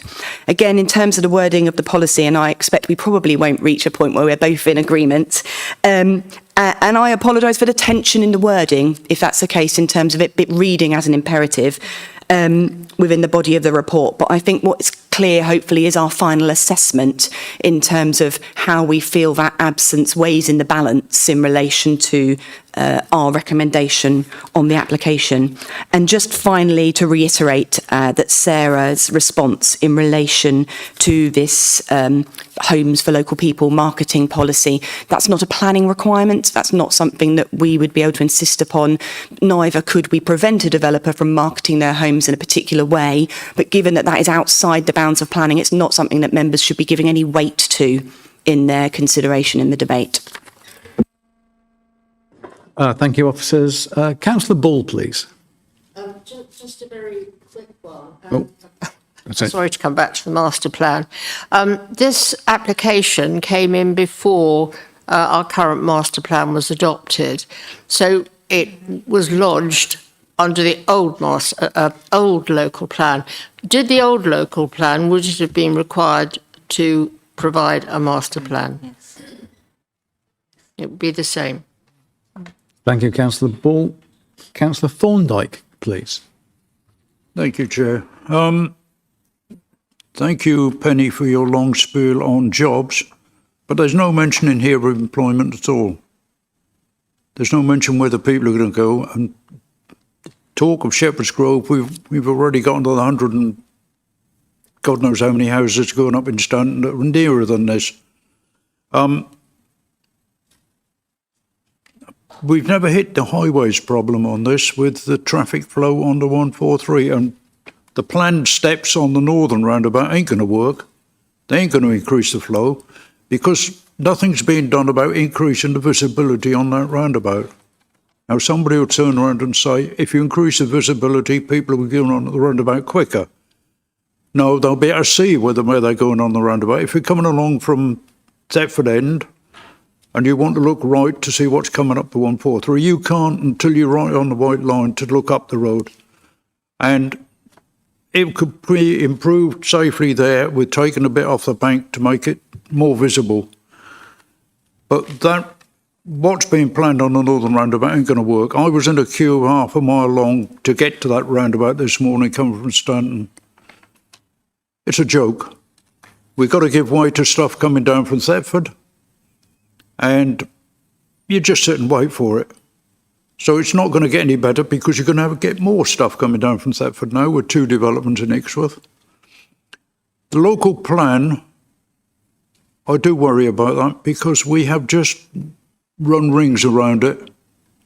We have a local plan that everybody's put in place, planning inspector, everything else, and we've just chopped it up. What are the developers going to say now when they look at that and they say, oh, we don't need to do that. It'll get stuck through, no problem at all. And we have just opened the gates there for anything. It happened with Bloors in Stanton. It's happening with Persimmon in Ixworth. Where's next? We're giving these people the opportunity to walk all over us. And we shouldn't be. The local plan is quite clear on the state with this thing, and we should be sticking to what it says in the local plan, because that's good to 2040, 2041. We're just tearing it up.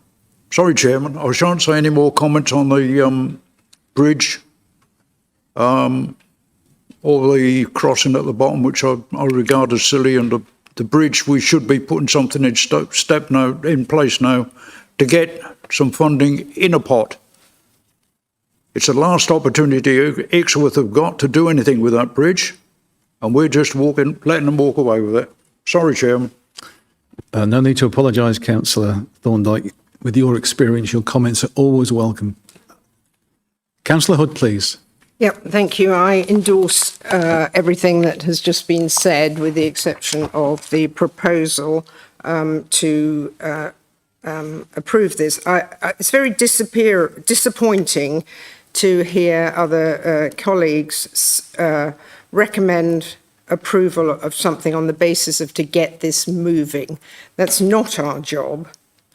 On the face of these papers, we cannot approve this. And we certainly need clarification to understand how we could approve it, because paragraphs 51, 55 and 204 make it clear that we can't. So I'm going to make a counter proposal that we defer this. Councillor, we can't do that until... Can we not? No, we have to... Okay. We have to Okay, so then afterwards I will. But I feel we need absolute clarification about why we are apparently ignoring the requirements of the local plan. You know, there is a local plan. Everybody worked very hard on it. This doesn't comply. It isn't a balance. And at the very least, we need a deferral to get clarification of some of those things, please. Thank you. Thank you, Councillor Hood. Councillor David Smith, please. Thanks, Chair. Yeah, I've got nothing to add to what people have already said. They've covered that pretty adequately. So I'll try something different. I've got nerdish interest in SUDs, and I see there's some 3 or 4 SUDs here. I believe it's being landscaped around the area, so it's going to make it an attractive feature. I know SUDs are designed to empty completely. In my experience, where I live, they don't. Even this hot weather, there's still water. So my request is, could there be life-saving equipment put by these SUDs? Can we make that a condition at all? And the other question is, the emergency access lockable bollards, who are the key holders? Is it just emergency services, or will there be local residents to get access to that? Thank you. Thank you very much indeed, Councillor David Smith. Right.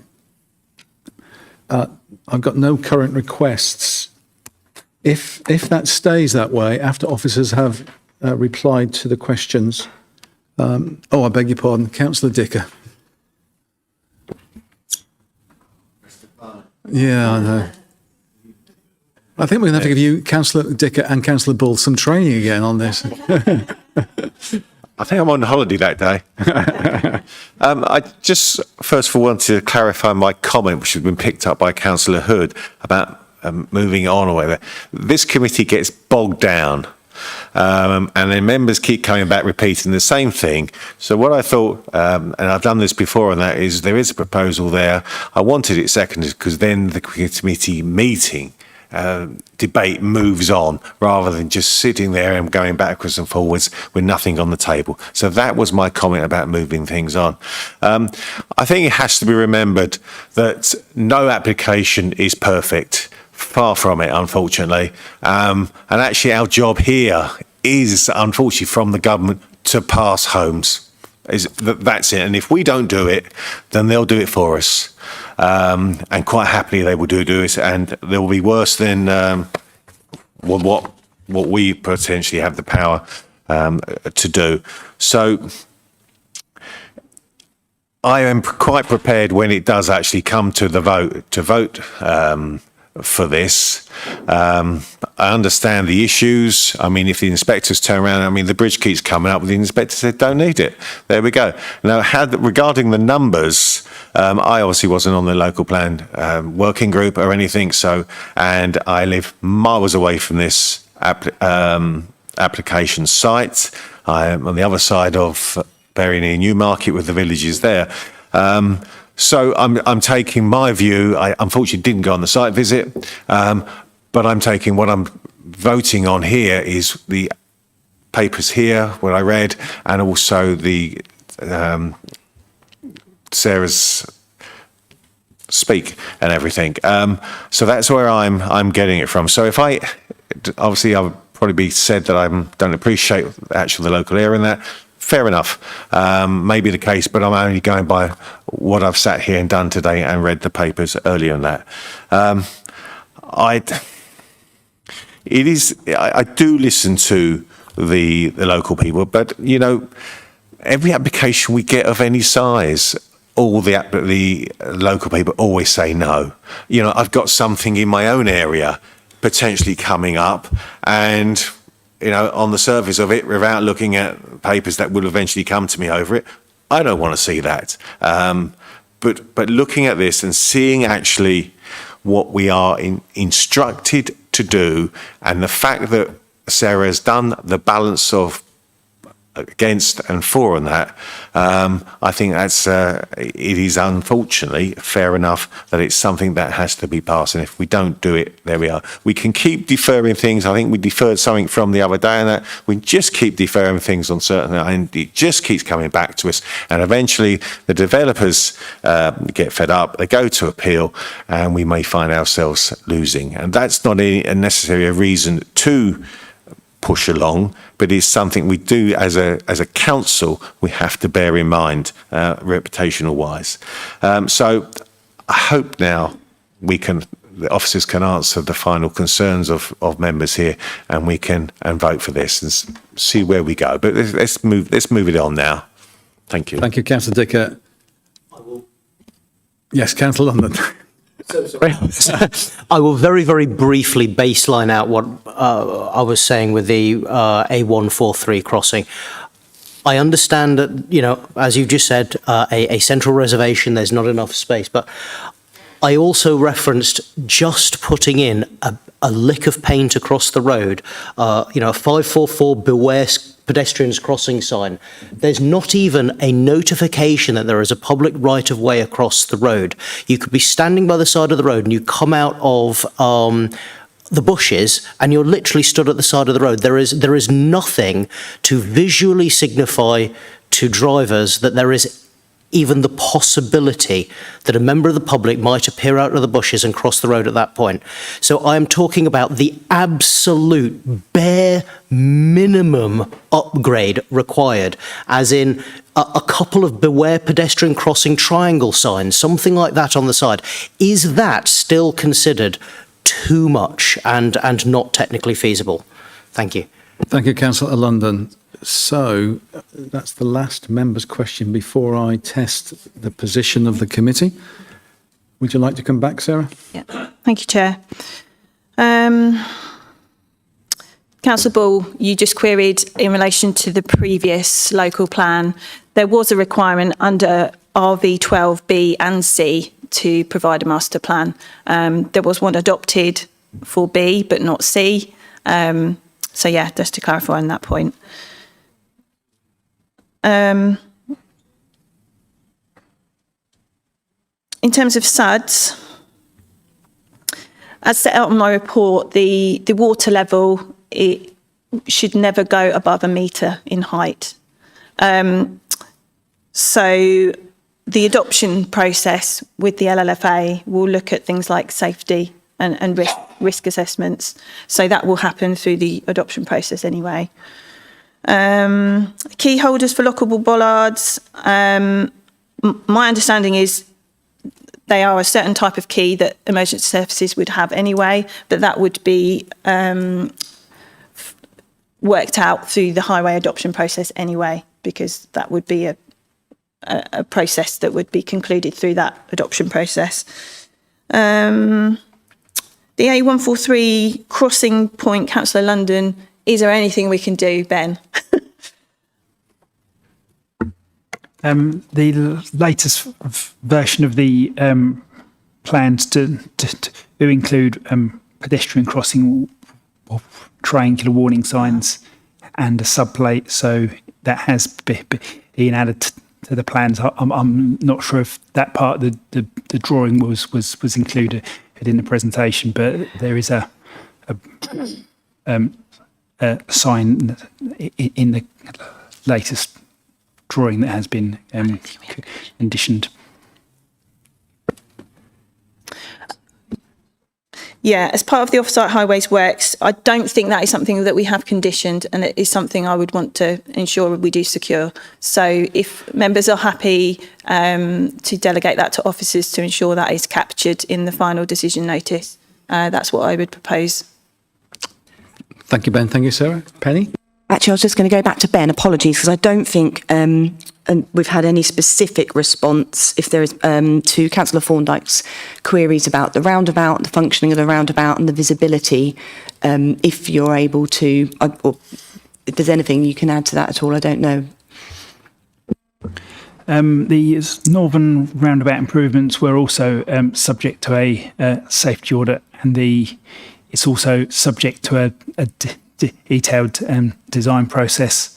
So any sort of minor additional improvements, such as removal of vegetation that may obscure visibility, would be incorporated into it as part of the detailed design and technical approval process.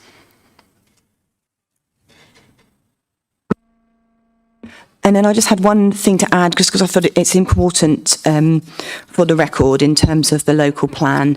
And again, I know the members are entitled to take a different view in terms of how we're assessing this against the plan. But I just think it's important to say that as officers and as a local planning authority, our position is not that we're disregarding the plan. The case officer has carefully considered all of the policies of the plan and the allocation, and that is our position going forward. But we are required to reach a judgment and make a balance.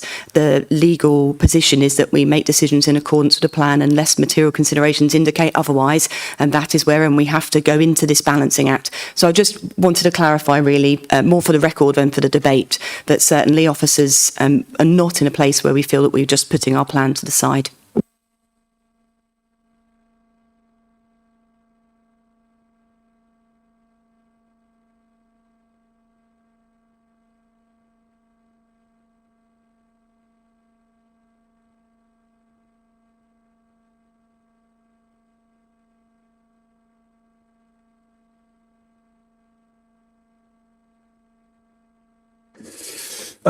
Sorry about that. Councillor David Smith, please. Yeah, just quick come back. It's possible to drown in 6 inches of water, so a metre is very, very deep. I've just paid for the installation of one of these belts in Haverhill, and it's £250 plus VAT. It's not a lot of money. I'm sure any maintenance can be taken up by any future management company. Thank you. Thank you, Councillor David Smith. Right. You know I can't block anybody now wishing to speak, but I would like to take the guidance from Councillor Dicker, and I would like to test out Councillor Ian Holder. But I think we need just to clarify, please, Penny, in terms of the conditions. Yes, because this came out of the debate following that motion being put on the table and then seconded. I think it's just we need to go back to the people that put that motion. Subsequently, we've had for clarification from Ben from Highways and then Sarah in relation to the pedestrian crossing warning sign, and we would want to ensure that the conditions that secure the off-site highways improvements specifically refer to that. So just to confirm that you're happy with that in your motion. I know you did allude to all of the changes to conditions that Sarah had already noted, but that did come later in the debate. So just for clarity, if you could confirm that you're happy for that also to be reflected in your motion. Councillor Holder? Okay. Councillor Dicker?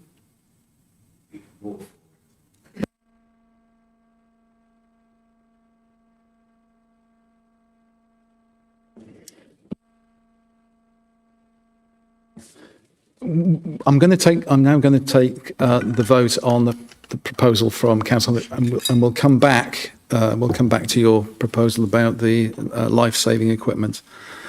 So, Councillor Holder proposed approval in line with officer's recommendation, and that was seconded by Councillor Dicker. Could I see a show of hands, please, in favour of approval?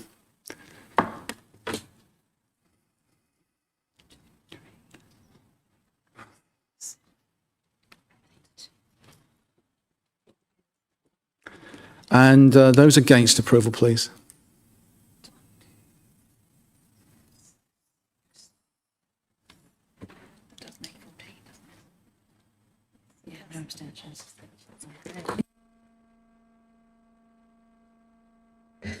So that is 8 votes in favour, 6 votes against. Motion is carried and the application is approved. Thank you, Claire. Thank you, everybody. There will now be a 10-minute break.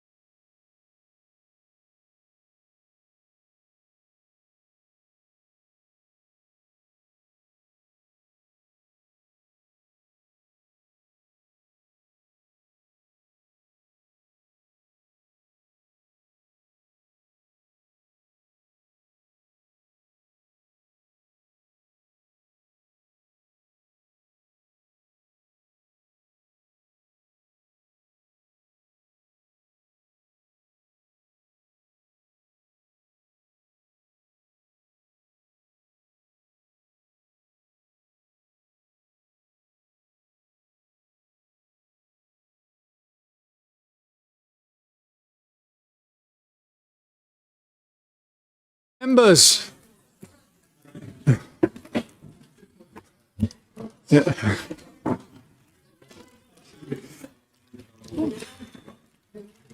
It's very reminiscent. It's very reminiscent of my married life. I always tell Pauline about 5 minutes before I have to leave, and she's still late. Right. She has over the years. Right, so we're now item 6 on the agenda. Savannah, you are the case officer. It is the development site at Stowe Road, Clare. Over to you. Thank you very much, Chair, and good afternoon, members. So this application is a full planning application for one dwelling at Stoke Road in Clare.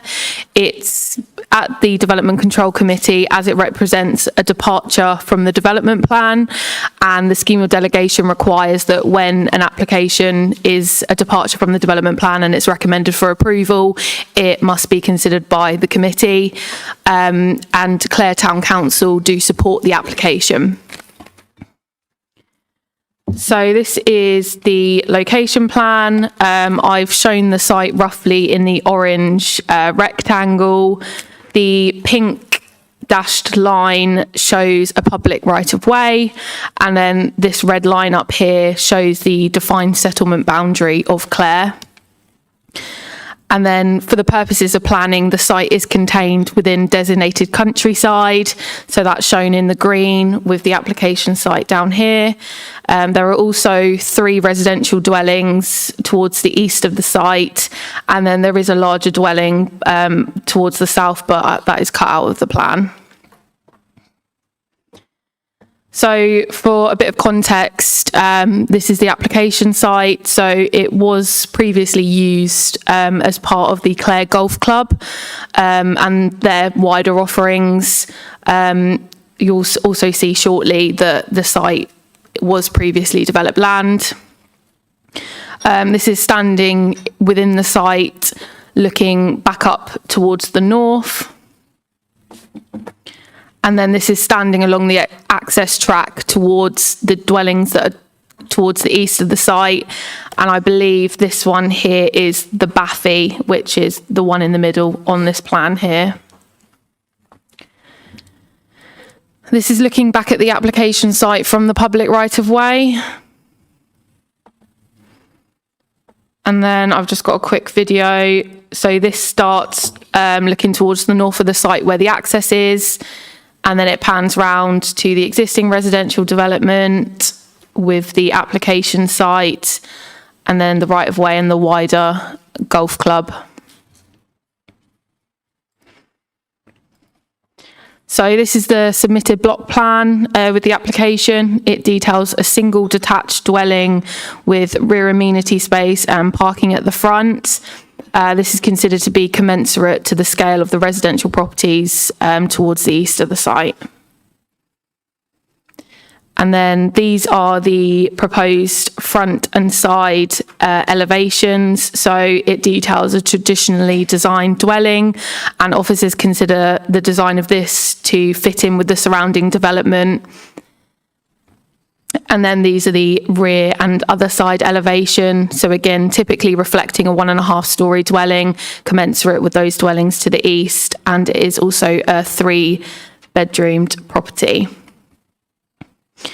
In relation to consultation responses, as I said at the start of the presentation, Clare Town Council support the scheme. And we've received 1 neighbouring representation from the Baffy. They again have also provided support to the scheme on the basis that trees and hedges are retained and the current footpath is not encroached upon. Paragraph 31 of the report covers landscape features in the sense that the existing trees and hedges are not protected and are shown to be retained on the plans. If those were to be removed, damaged or diseased within 5 years of the commencement of the development, then we have imposed a soft landscaping condition to ensure that these are replaced with similar species within the first available planting season. The footpath is a right-of-way, and as such, Suffolk County Council's response sets out the expectations of the applicant should they need to divert or close the right-of-way. They would need to obtain consent from Suffolk County Council prior to doing that, and informative notes will also be added to the decision notice. And in relation to their last comment, in relation to ground levels, the plans do not show that the ground will be raised as a result of the development.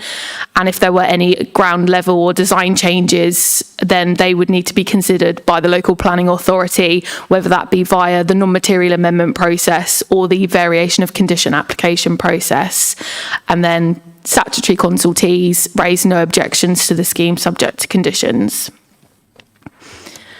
So in relation to the policy position that we are in, the site is within designated countryside, and as such, policy SP21 of the local plan deals with housing in the countryside and allows for new dwellings within the countryside if they satisfy the certain criteria. So the development must be within a small cohesive group of 7 or more existing dwellings next to or fronting an existing highway, consist of infilling a small undeveloped plot in the order of 1 dwelling or a pair of dwellings that are commensurate with scale and character of existing dwellings, and be sustainably located with adequate public transport links. So there is a clear conflict with policy SP21 in this case, as the proposal doesn't form part of a cohesive group of 7 or more dwellings and doesn't front an existing highway. So it fails to meet the criteria set out within that policy. So as it represents a conflict with the development plan, in accordance with section 38 of the Planning and Compulsory Purchase Act, we should determine the application in accordance with the development plan unless there are material considerations that indicate otherwise. So the acceptability of the proposal therefore turns on whether the other material considerations outweigh this identified policy conflict. So in terms of the locational sustainability, when we're considering whether material considerations justify a departure from the development plan, regard is had to the locational sustainability of the site. So this slide shows that the application site is it's not on this slide, sorry, but the application site is approximately 41 metres from the settlement boundary of Clare, with the public right-of-way running to the west of the site. From that main access point onto Stoke Road, the town centre boundary of Clare is located less than 1 mile away and can be reached via the A1092, which benefits from a continuous footpath from the site into the town centre boundary of Clare. And as set out within SP13, which is the settlement hierarchy, that identifies Clare as a key service centre, which provides a range of day-to-day facilities. It includes a primary school, early years provision, convenience retail, public house, village hall, alongside other transport links to larger settlements. So given the site's proximity to these services and its connectivity by foot, officers consider that the future occupiers would not solely be reliant on the private motor vehicle, and as such, the proposal would not result in an isolated dwelling in the countryside, and therefore indicates compliance with point C of policy SP21.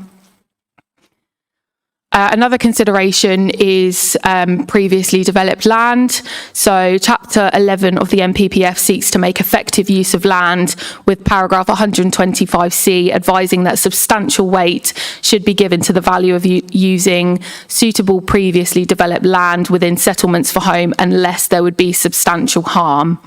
So the site is considered to constitute previously developed land, having been associated with the wider golf club and containing the built form and engineered land indicative of its former use. So it's not considered to be greenfield land and doesn't contribute to the undeveloped countryside in the same way. So this slide shows that in 2002, the site was a tennis courts, then the tennis courts got moved and it became a car park, and then that was the same situation in 2010. So the site is considered to be suitable for residential development, being of a scale and form that can accommodate a single dwelling without giving rise to unacceptable impacts in terms of character, amenity or access, which has also been assessed in the wider officer report. And the reuse of this brownfield land therefore aligns with the aims of the NPPF to promote the effective use of land and is afforded substantial weight in favour of the proposal. So This is the planning balance essentially. So as I've alluded to, the proposal is in conflict with policy SP21 and is therefore not acceptable in principle when assessed against the development plan. The locational sustainability of the site is a material consideration which reduces the weight to be attached to the identified policy conflict, with the site being very close to the centre of Clare, which is a defined key service centre and benefits from pedestrian connectivity via an existing footpath. As such, the proposal would not represent an isolated form of development, and future occupiers would have realistic opportunities to access those day-to-day services without solely relying on the private motor vehicle. The proposal would develop a number of benefits which weigh in favour of the development.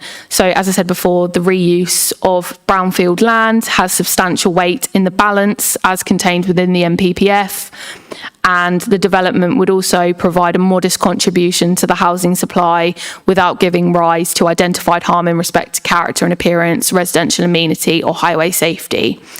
So taking those matters together, whilst the proposal is in theory in conflict with the development plan, the material considerations outlined are considered to outweigh that conflict. So on balance, the scheme is considered to be acceptable, and we are recommending approval subject to the conditions set out within the officer report. Thank you, Chair. Thank you very much indeed, Savannah. There are no registered speakers for this item, so we could go straight into the committee debate. Councillor Mike Chester, please. Yeah, I don't have a problem with this proposal at all, but my question is the phrase that you used, previously developed land, and in this case, obviously the previously developed land was the tennis courts going back 10 years. I'm just interested to know, is that label previously developed set in perpetuity, or is it time limited? Should that land become vacant, but previously developed but not developed? Is there a time scale? Thank you. Thank you, Councillor Chester. There's no one else waiting to speak, so do we just address that and see whether we can draw out a proposal? It's a judgment based on the use of the land when it comes forward as part of the planning application. If somebody had chosen to take away that tennis court and put it to agriculture, for example, which we know it wouldn't be previously developed land. So it is a judgment based on the characteristics of the site at the time at which we look at that planning application. And based on our assessment of it now, we feel that it meets the definition of brownfield land. Councillor Mildmay-White, please. Thank you, Chairman. I'd like to accept the recommendation and move approval, please. Can I see a seconder, please? Councillor Ball? Would you like to speak, Councillor Ball? No. Anybody else wishing to speak? No. Right. I'm now going to put the proposal to the committee, which is it's been proposed for approval by Councillor Mildmay-White along with the recommendation from the officer. I must get a new set of teeth. And then seconded by Councillor Ball. Could I see a show of hands in favour of approval, please?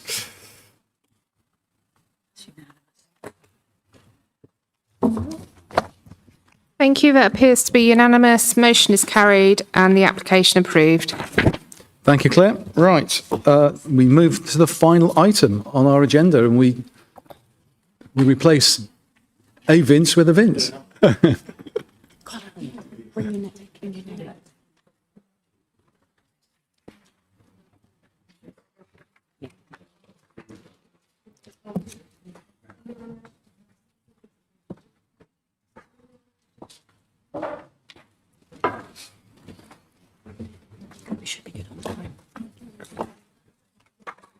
Is this a 3-slide presentation, or is that? I just said do it really quick. Yeah. Fair enough. I didn't get a chance to say 3 things. It looks like it's 12, but I think you're always 3 times. Okay, Connor, when you're ready. Yes, thank you, Chair, and good afternoon, members.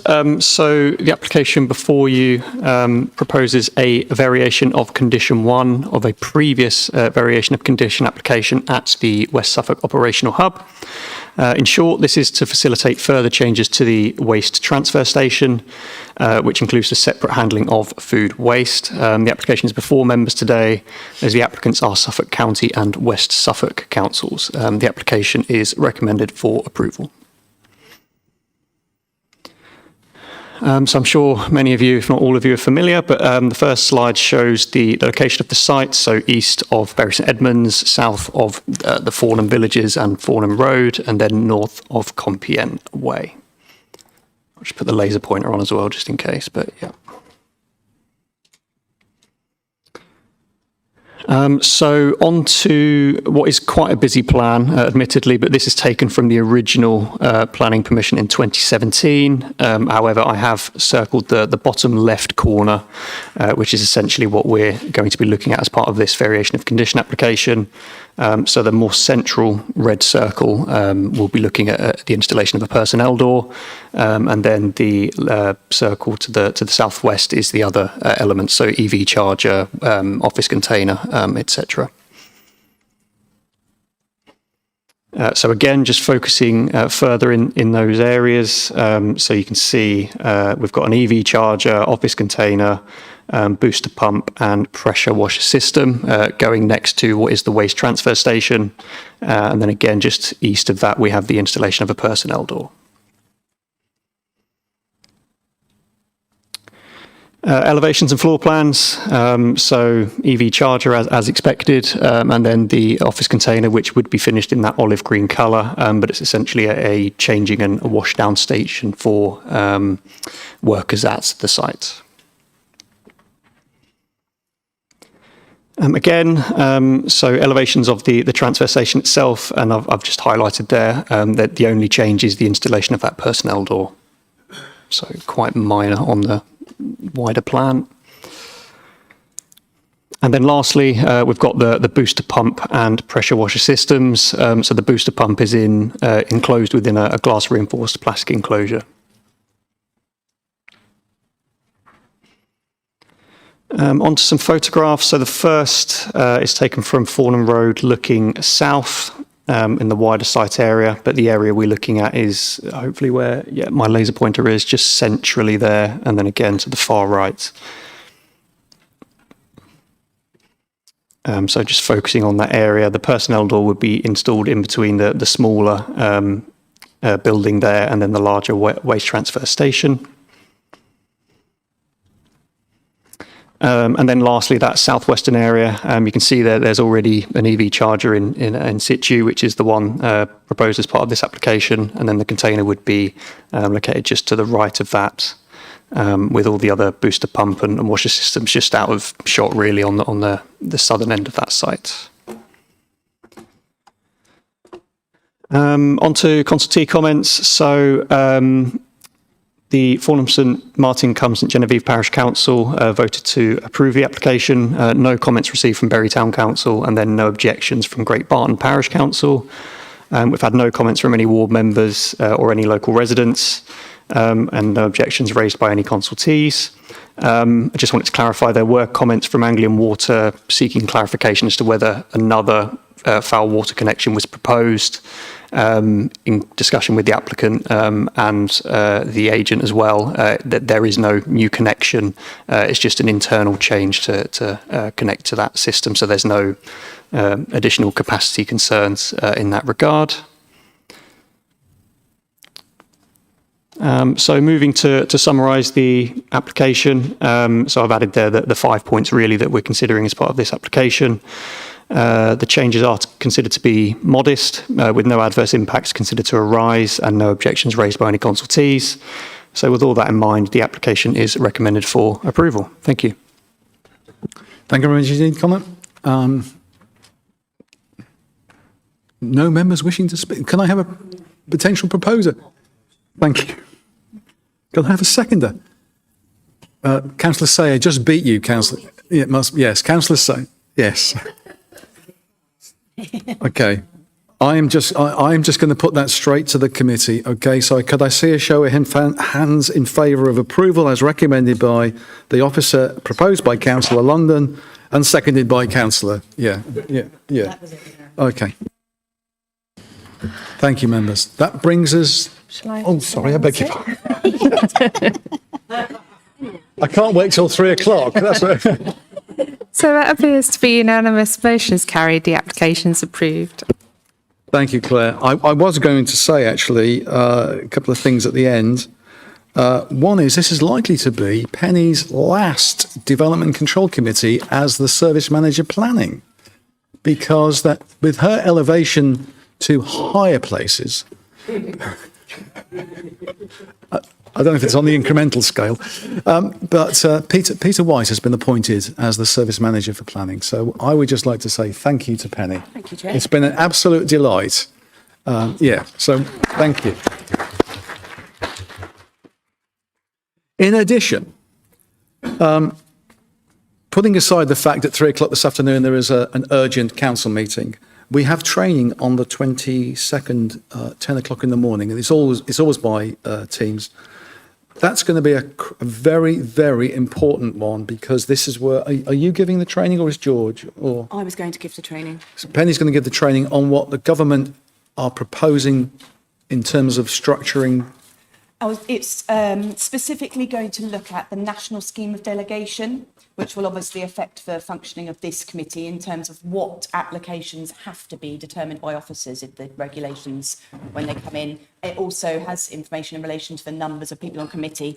I think there's a couple of other important legislative changes as well, which I'll pick up as well. So I'll try and make it not too dry, but as Andrew said, it is an important one. It does